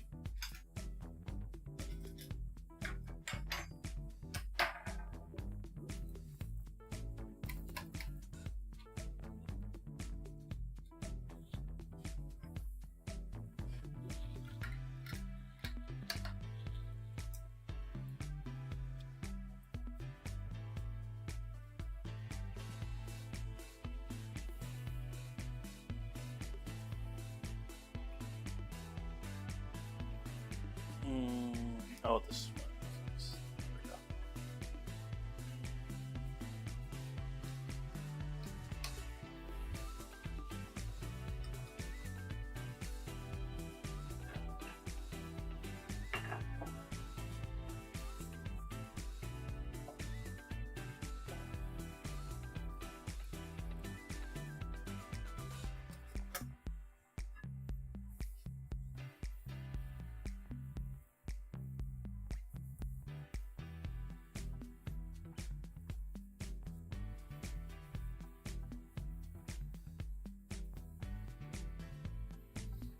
If anyone's new in here wondering what all the dark flecks are in there, I added a lot of pepper into this pasta.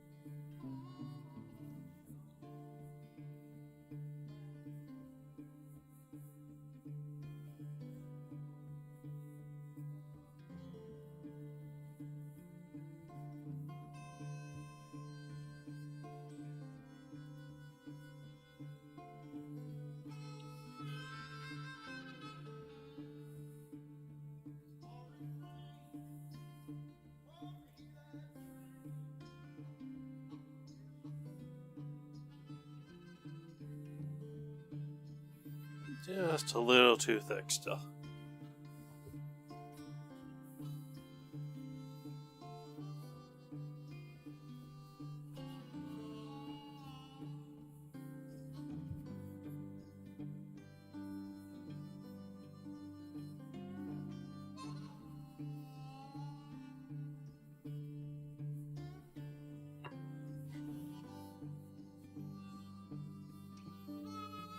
There you go, head of broccoli. Though I would assume someone with broccoli in their name would get cheddar.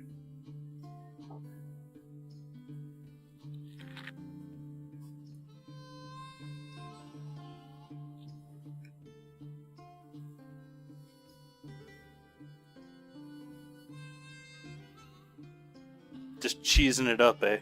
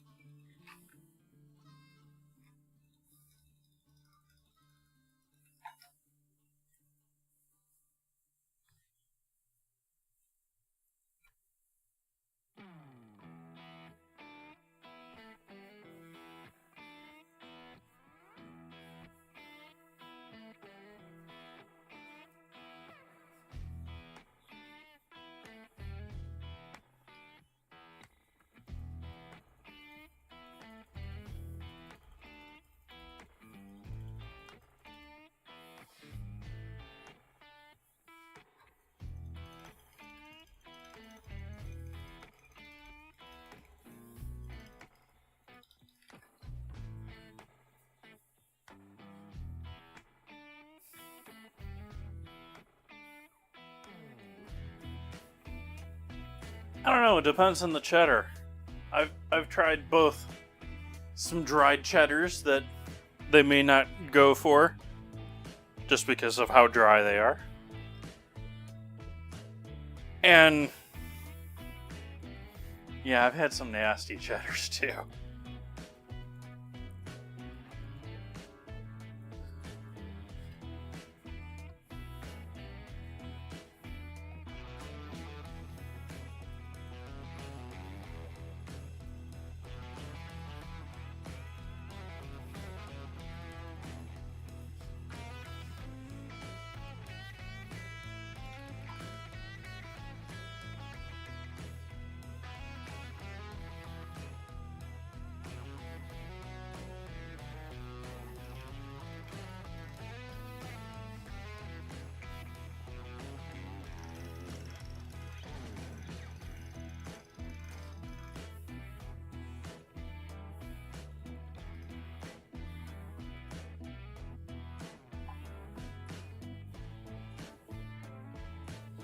One more fold on this beautiful pasta.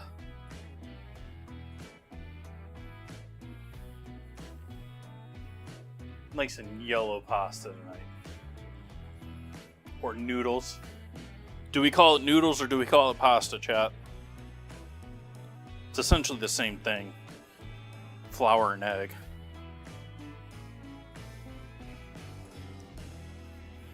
Actually, pasta tends to be more often just flour and water.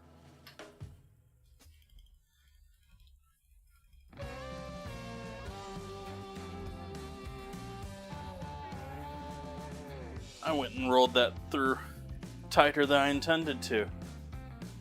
Oh well. Seemed to do okay with it.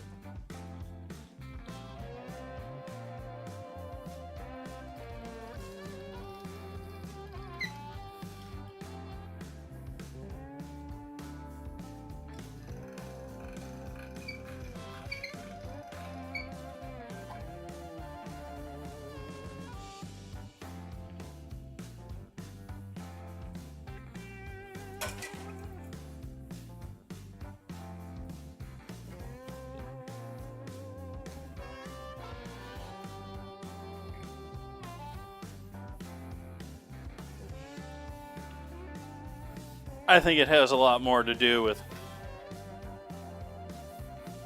whose grandma's recipe it is.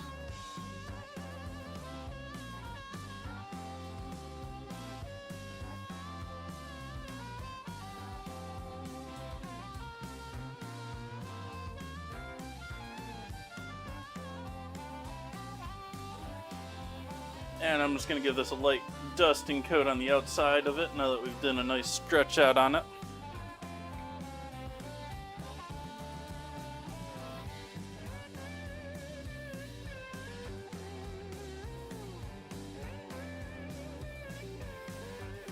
Which is gonna somewhat kill that beautiful yellow color until we boil it.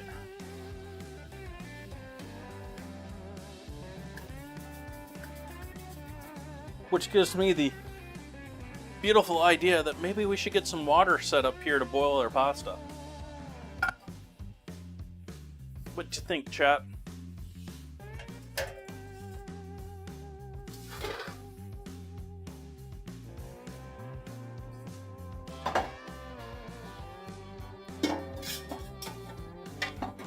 Close head of broccoli. Close.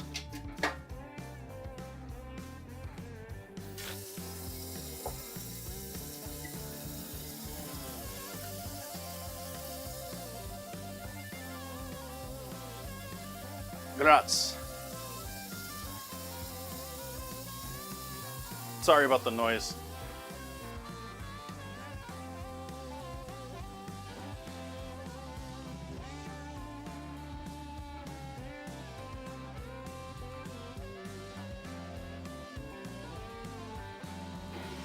There, it's a little bit quieter now that it's below the level.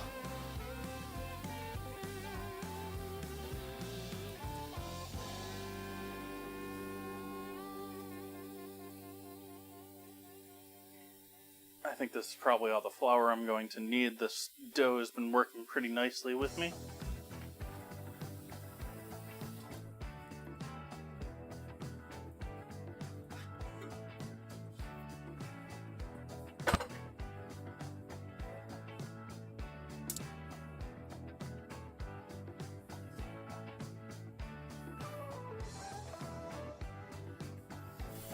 Let's clean off the lid if we're going to be showing it off on stream.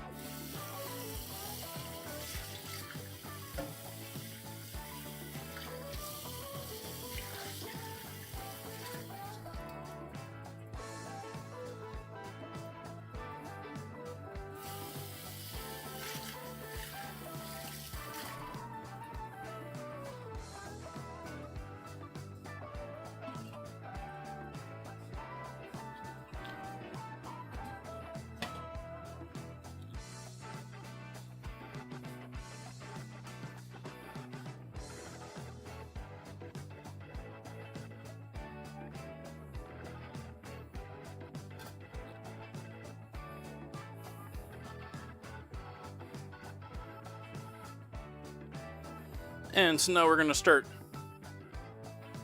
dialing it down in thickness here. We started at a 1, we've done 2 thoroughly, we're on to 3 now. And I'm not sure if I want to go with a 6 or a 7 tonight.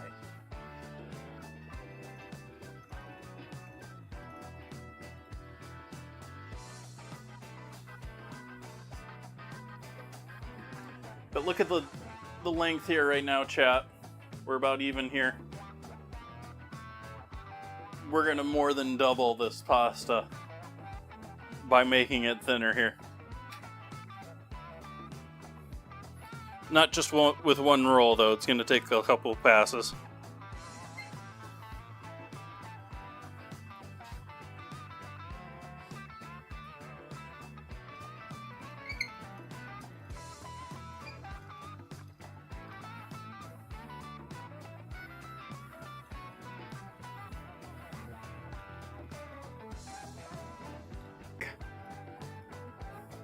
Refresh. Refresh.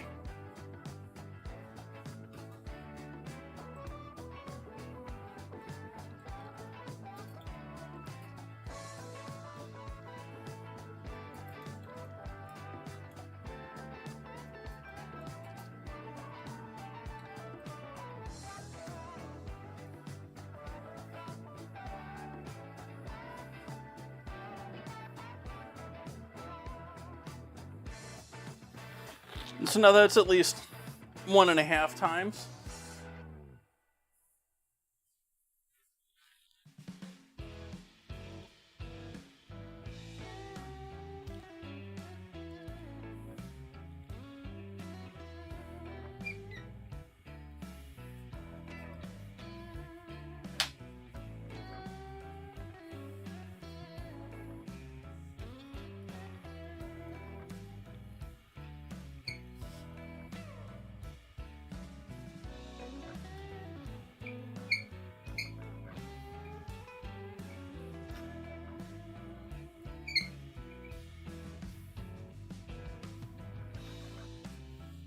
That's already looking almost double.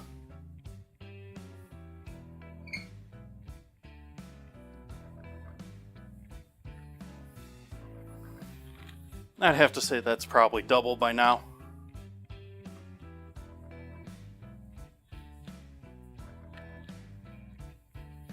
Got a little tear there at the end towards... That's the problem with putting the pepper in there, is if you get little chunks of things like that, they can tear in the pasta.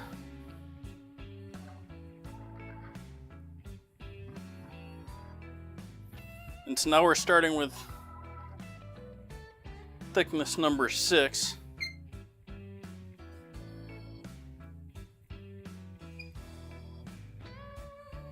Which is the thicker of the two I was considering using.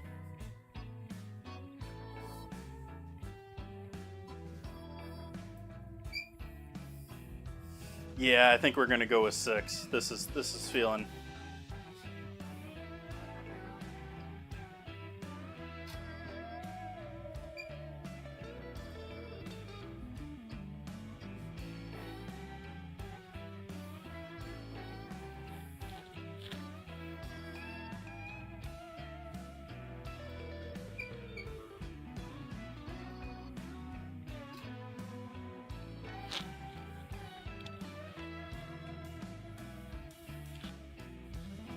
Make sure I'm not touching the floor here.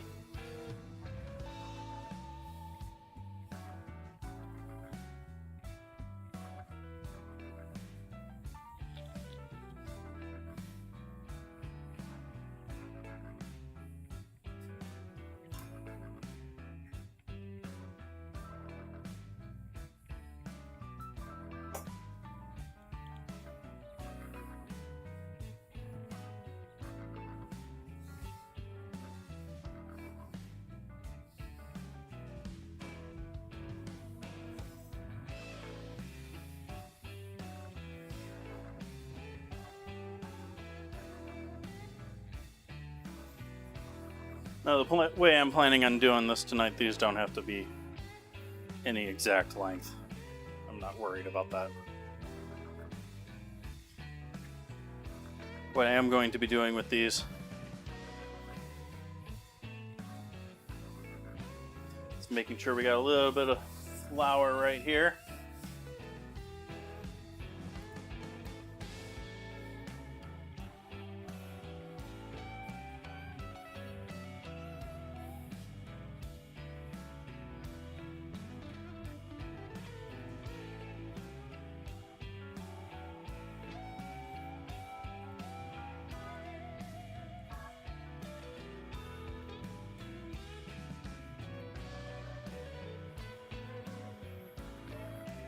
That way these can all unfold.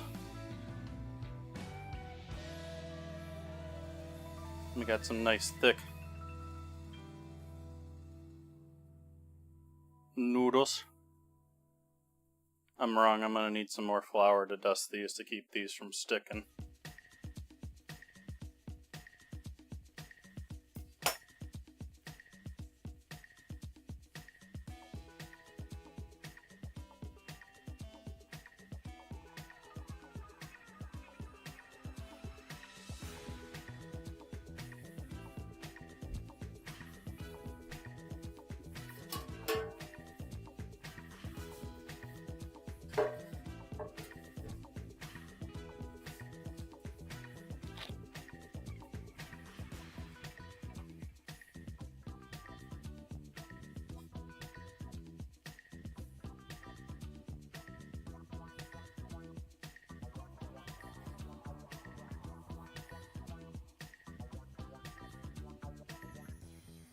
Thanks, Soph.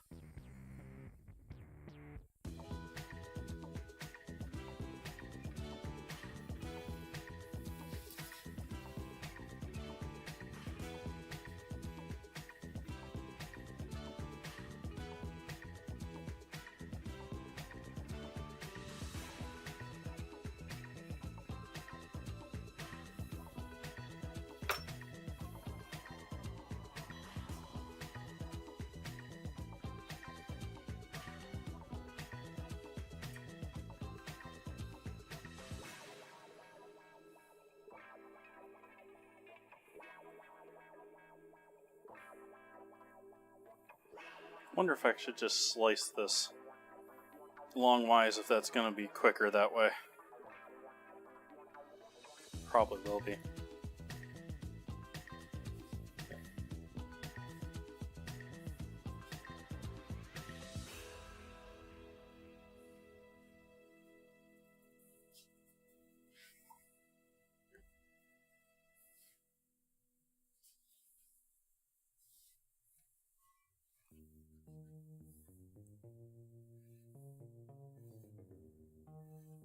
Oh yeah, much quicker this way.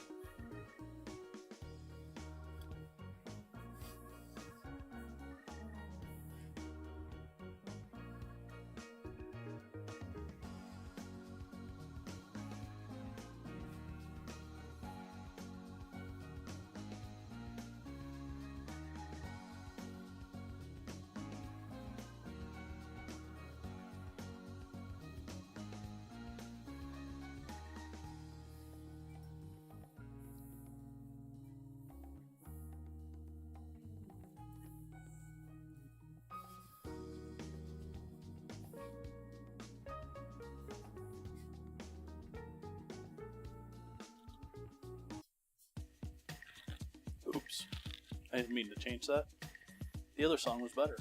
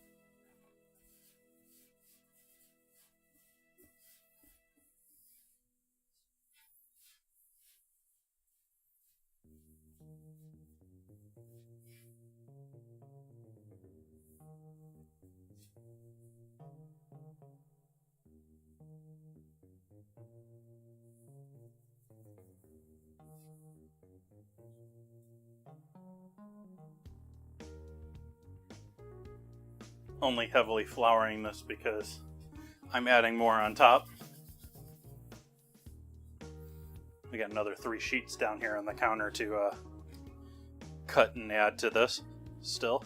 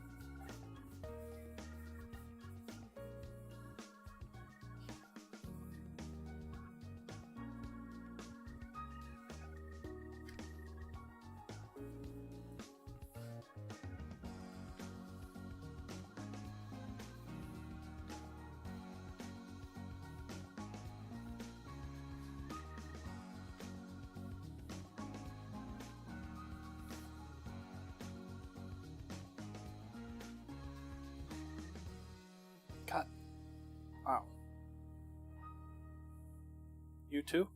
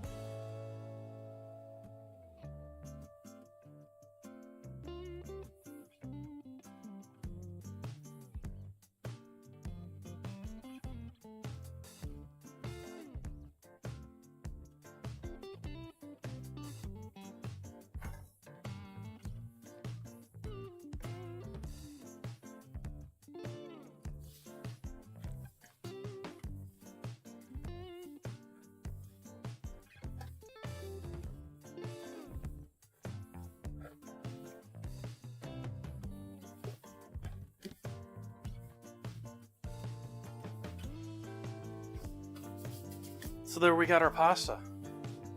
Our beef cooking down nicely here.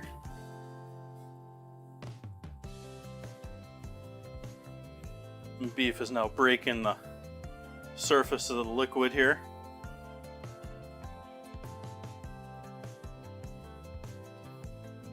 Some of the smaller pieces now starting to feel a little tender, but the rest of it definitely needing more.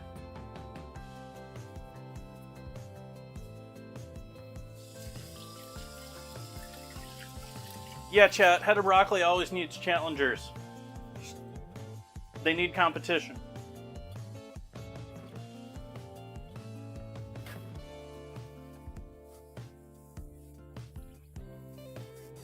Where's the scramblers out there?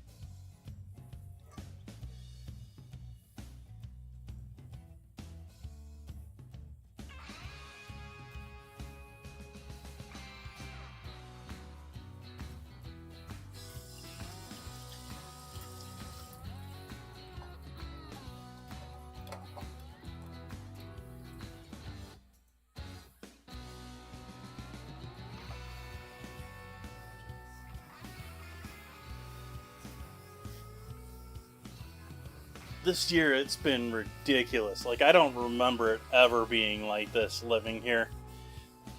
This house has just been pelted, just assaulted with acorns this year.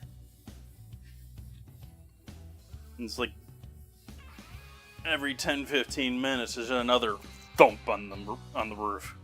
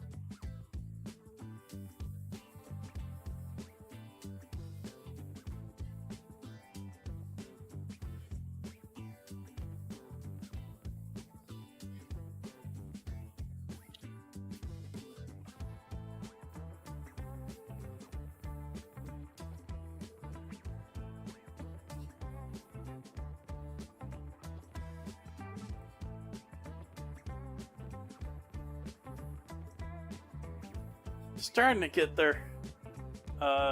Oops, that wasn't what I wanted. That's what I wanted. This isn't cleared up yet, which means we're not boiling yet. And beef is looking delicious. Just need to reduce just a little bit more and thicken up just a little bit more before we add that sour cream in there.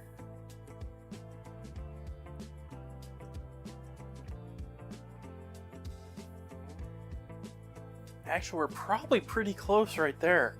If you consider we gotta add the onions and the mushrooms and the pasta into that. Maybe we'll turn this down a bit more. Oh, it's already down pretty well.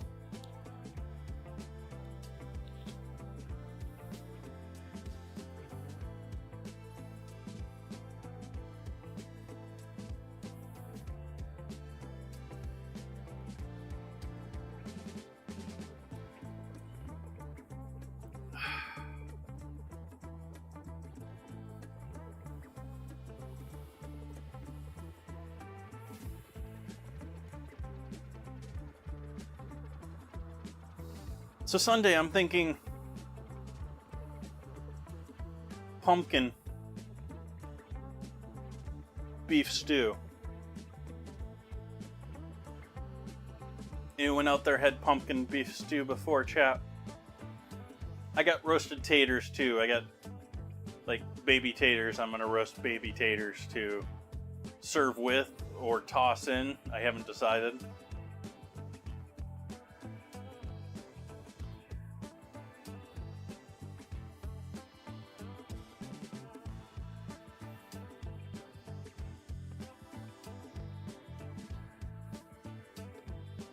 I'm gonna call that okay reduced at this point. I think we can survive with that, no problem.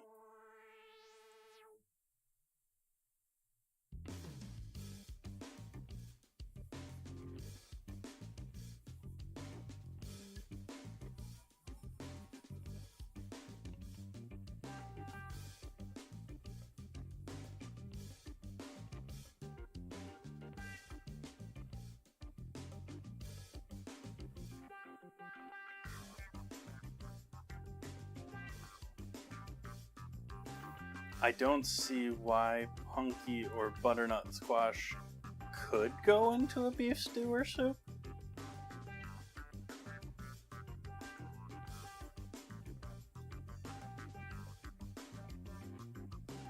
Yeah, I wanted to try and find some idea to make it more wintry.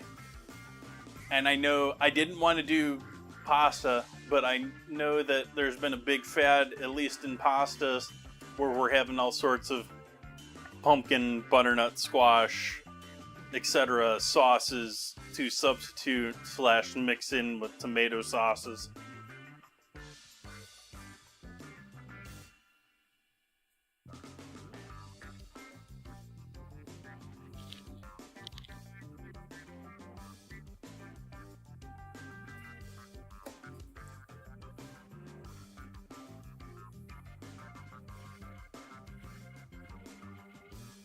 I've also got a random sweet potato over there that's trying to rot away on me that I might try and throw into this party on Sunday.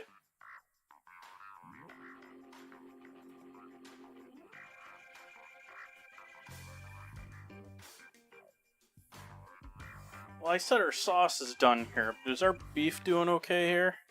Oh, I think our beef's doing okay here. Our beef's doing okay here. Our beef's doing okay here.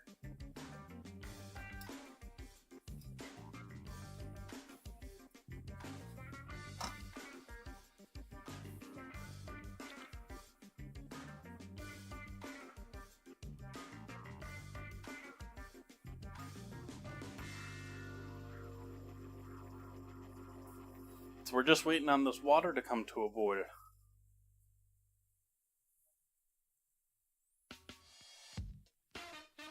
Here, I'll make it so chat can't watch the water.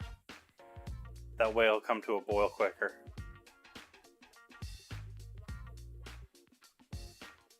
And I'll lock the cameras so no one can change them.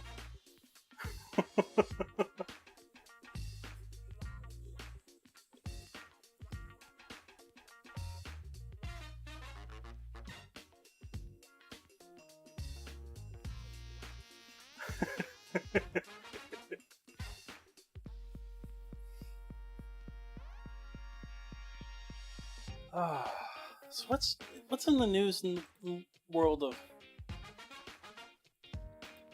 food right now?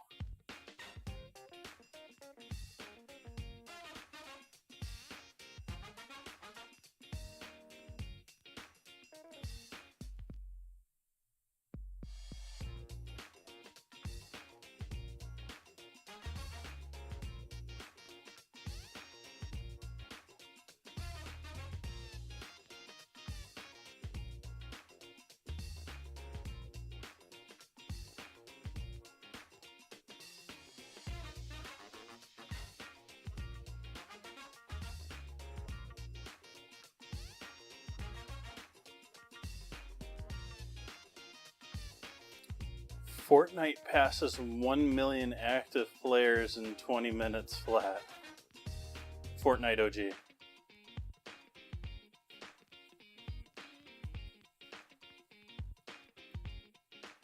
Never fails.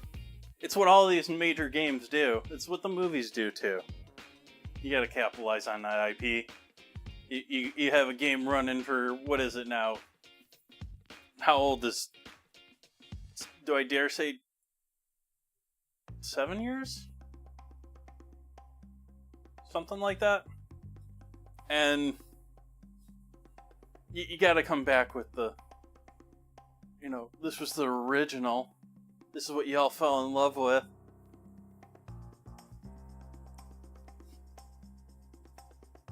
Bring back building for the people that hated no building.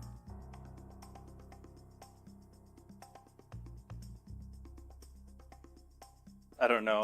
I'm not a Fortniter. I'm not a fork knifer.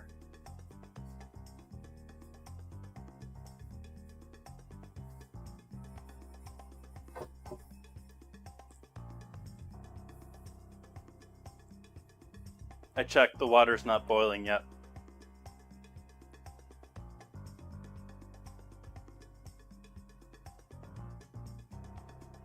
Yeah, I tried Fortnite out like really early on. Same thing with Apex. I didn't make it past the first season in Apex because I got too frustrated with auto-aim people towards the end of the... Some people have said it's gotten better, whatever. It's still public. You're never getting good matchups. You're never... and so, in both cases, I never really got into the game. I'm not sure what it was that got me with... It might have been building, actually, that got me with Fortnite, but I just didn't enjoy the game. Oh, that's what it's definitely that. It's... Fortnite has that same sort of, like, cartoony graphics that WoW has.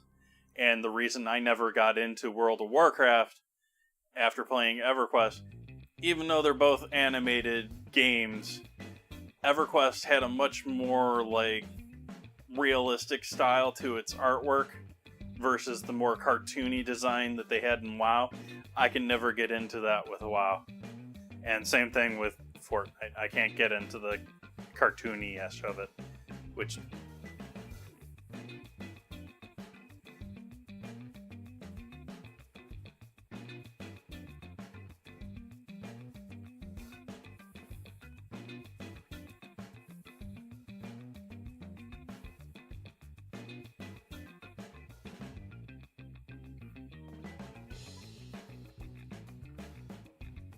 Because I don't believe in the superstition, I'll let chat look at the water.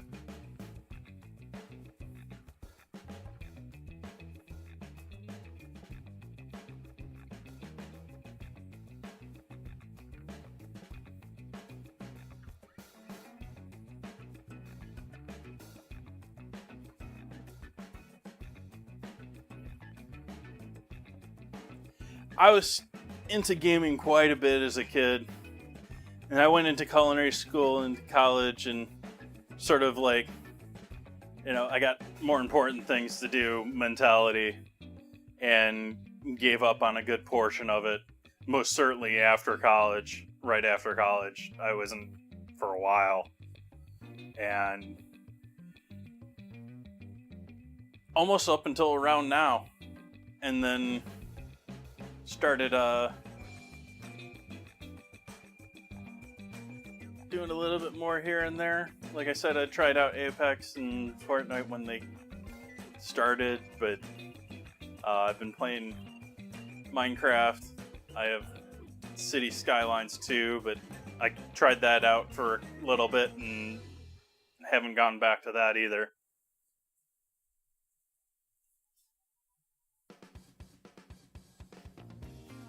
I could see myself getting absolutely addicted to Satisfactory, but I don't have them. I can't dedicate that time to a game right now. Like, I have things that I want to go back and do on my Minecraft world that I haven't done in 2-3 months. Like, at first it was, I was on the verge of burnout, and I knew I was, and I needed to take a break. now I'm wanting to come back and I don't feel like I have the time to do it.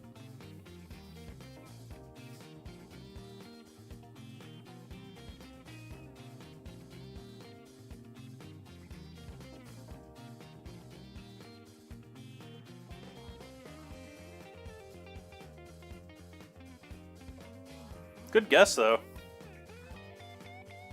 It should be right.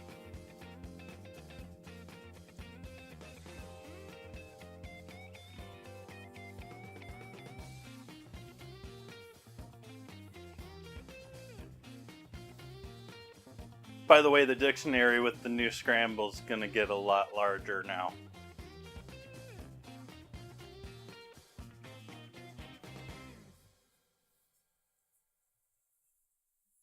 So anyone out there lurking that's you know, got all of those answers half memorized, not going to be so easy in the future.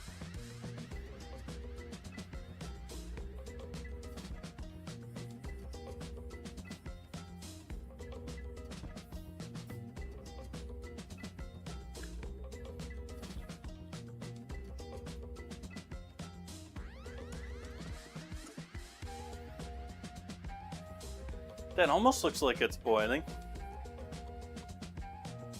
The top's not cleared up though. We gotta wait for the top to clear up.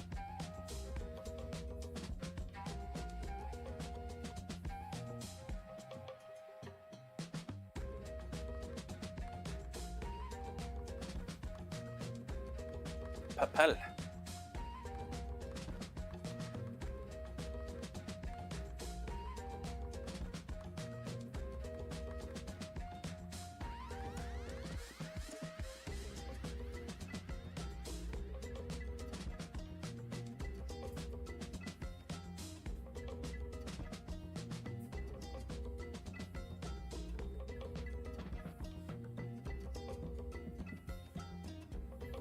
Robbed. Sniped.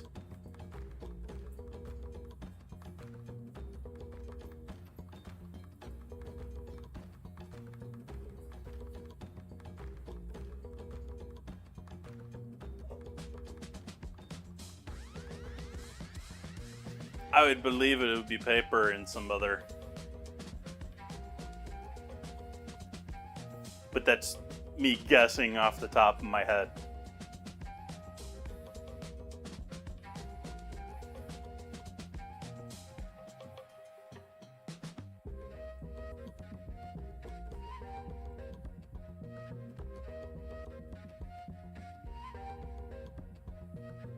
Making sure we're not sticking here. We're still all nice loose pieces of pasta.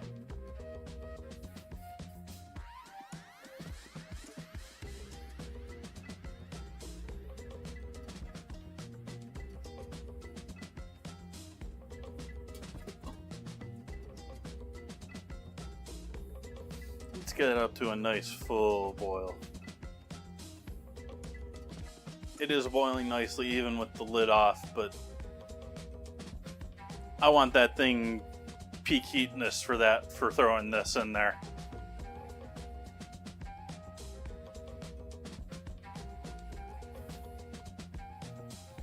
And speaking of that, I want somewhere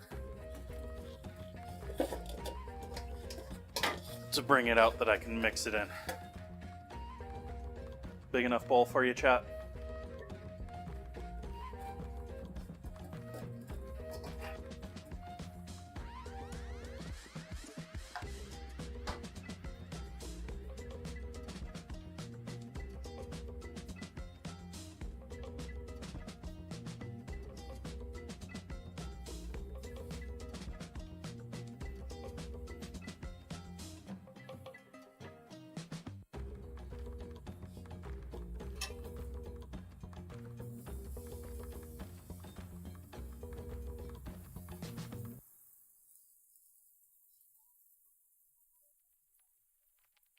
Now we're at a full boil we can get with the lid on.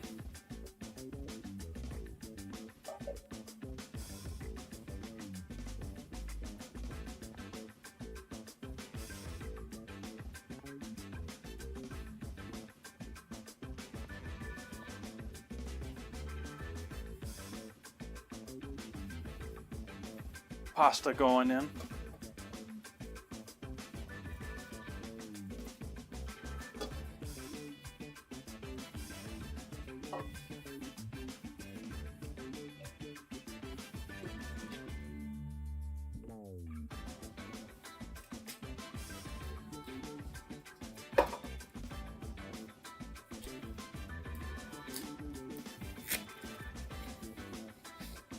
Had to buy the fancy, or not the fancy, but the expensive butter. Because the other brand wasn't available. I say expensive, it's only $1 more. And it is a higher butter fat, but I actually don't buy it that often for that exact reason, because all the American recipes and everything else I'm used to are not designed for the heavier butter fat.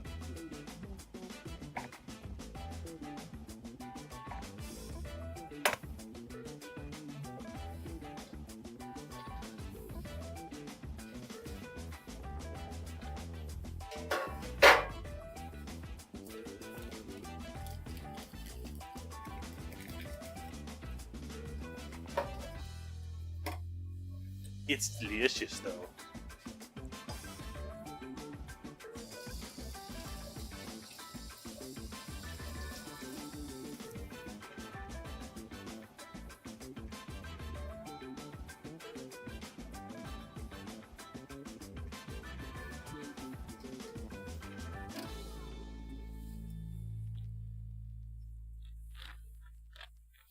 I gotta be honest, everyone I know in the chef world seems to love Kerrygold. I've never used it. With me being here the last 10-15 years. I've been buying Clover and Strauss all along.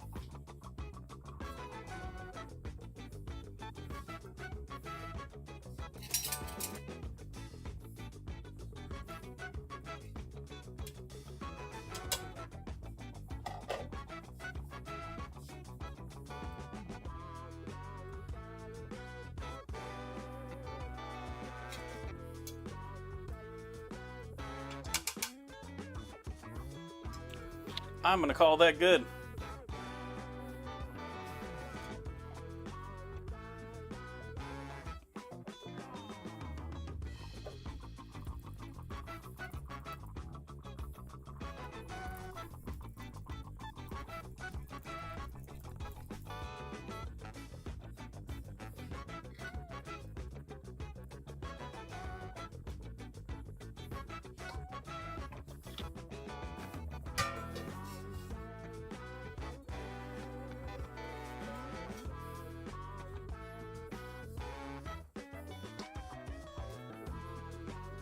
Toss that with the butter patties that are in there. Get it all coated with some butter.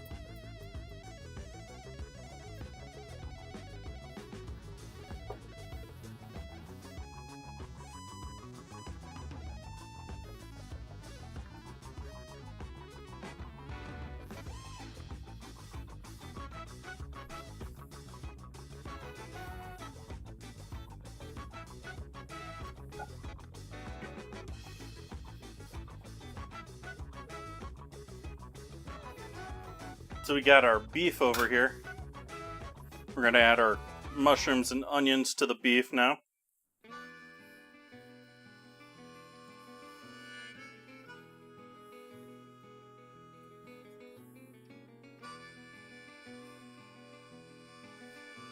Did I say beef and mushrooms into the onions and mushrooms into the beef?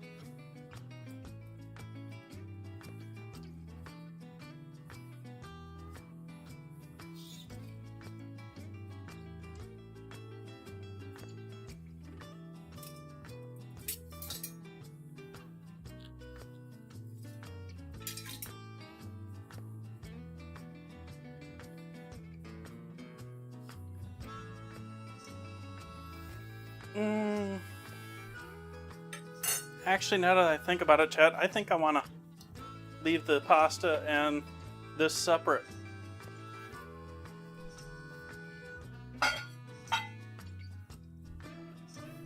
Chat's probably tired of these plates already. I've been putting everything in these lately because they're the newest ones to the kitchen. Not that they're anything special, they're cheap plates.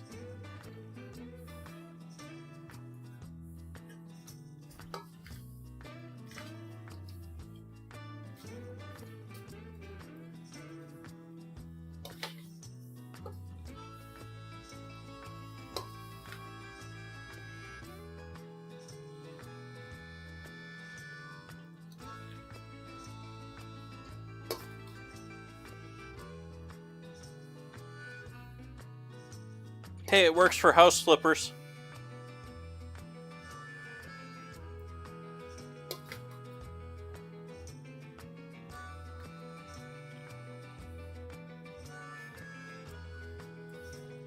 And gang tags, according to LA. I got lost once in South LA. It's not, I don't recommend that.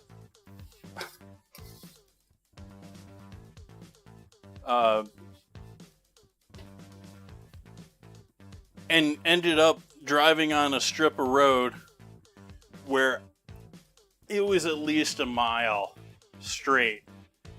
Everything.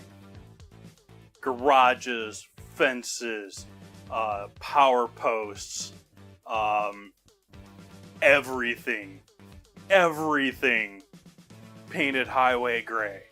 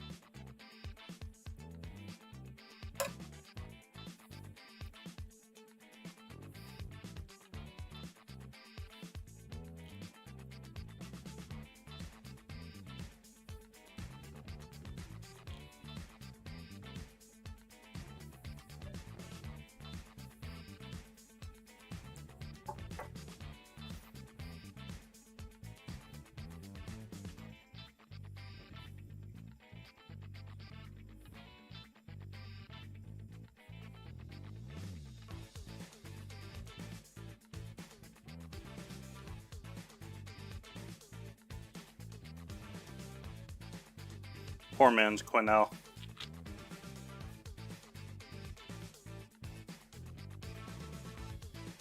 Quinel.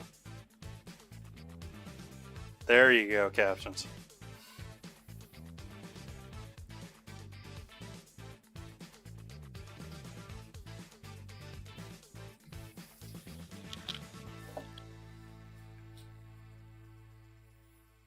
Do I have anything that'll work okay on there?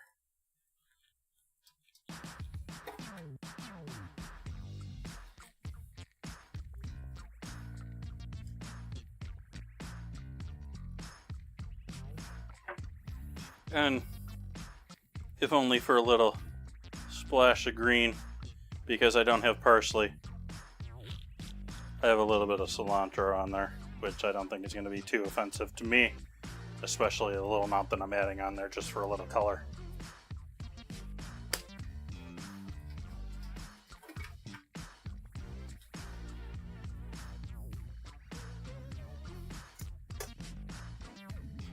Let's get a couple of photos here.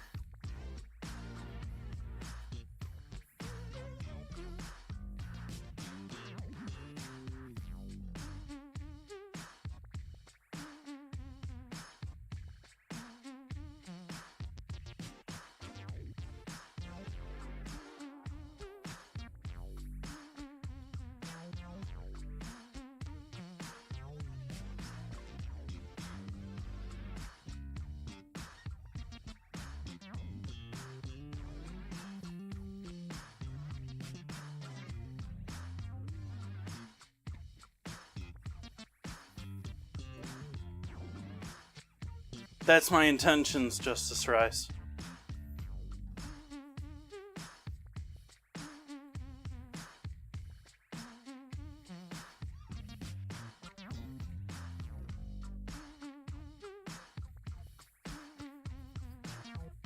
Give you an up-close view there, give you the coffee view. What you think, chat?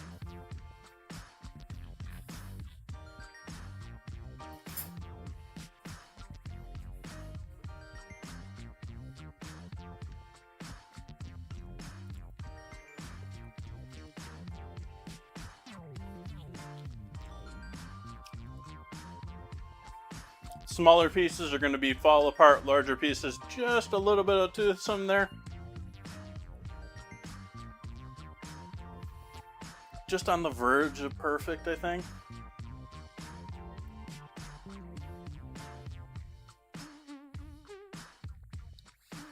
Because if you consider you eat tomorrow, if you reheat it, you still got some texture and deliciousness there.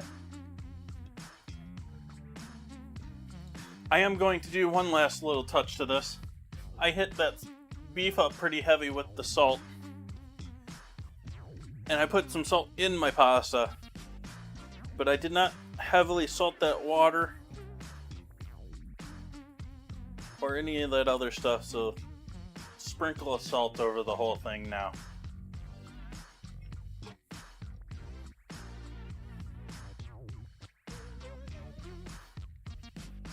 But I do think that is where we're going to leave it for tonight.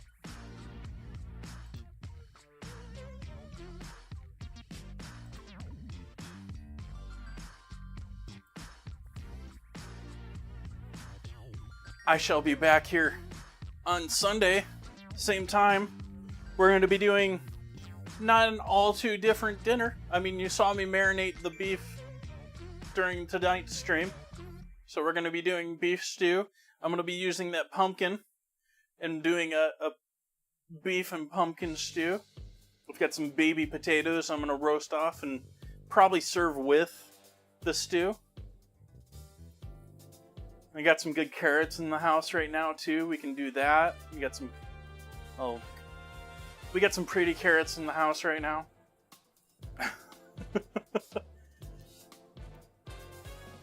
I hope you all had a great week. I hope you have a wonderful weekend. I hope you go out and have some fun. Do something exciting. I'm still saving money up. So I'm going to sit around home this weekend. But I'd love to hear about all your adventures. Show me all the photos of all the beautiful food you're eating in the Discord. let's see here. If we have anyone to pass things on to this evening.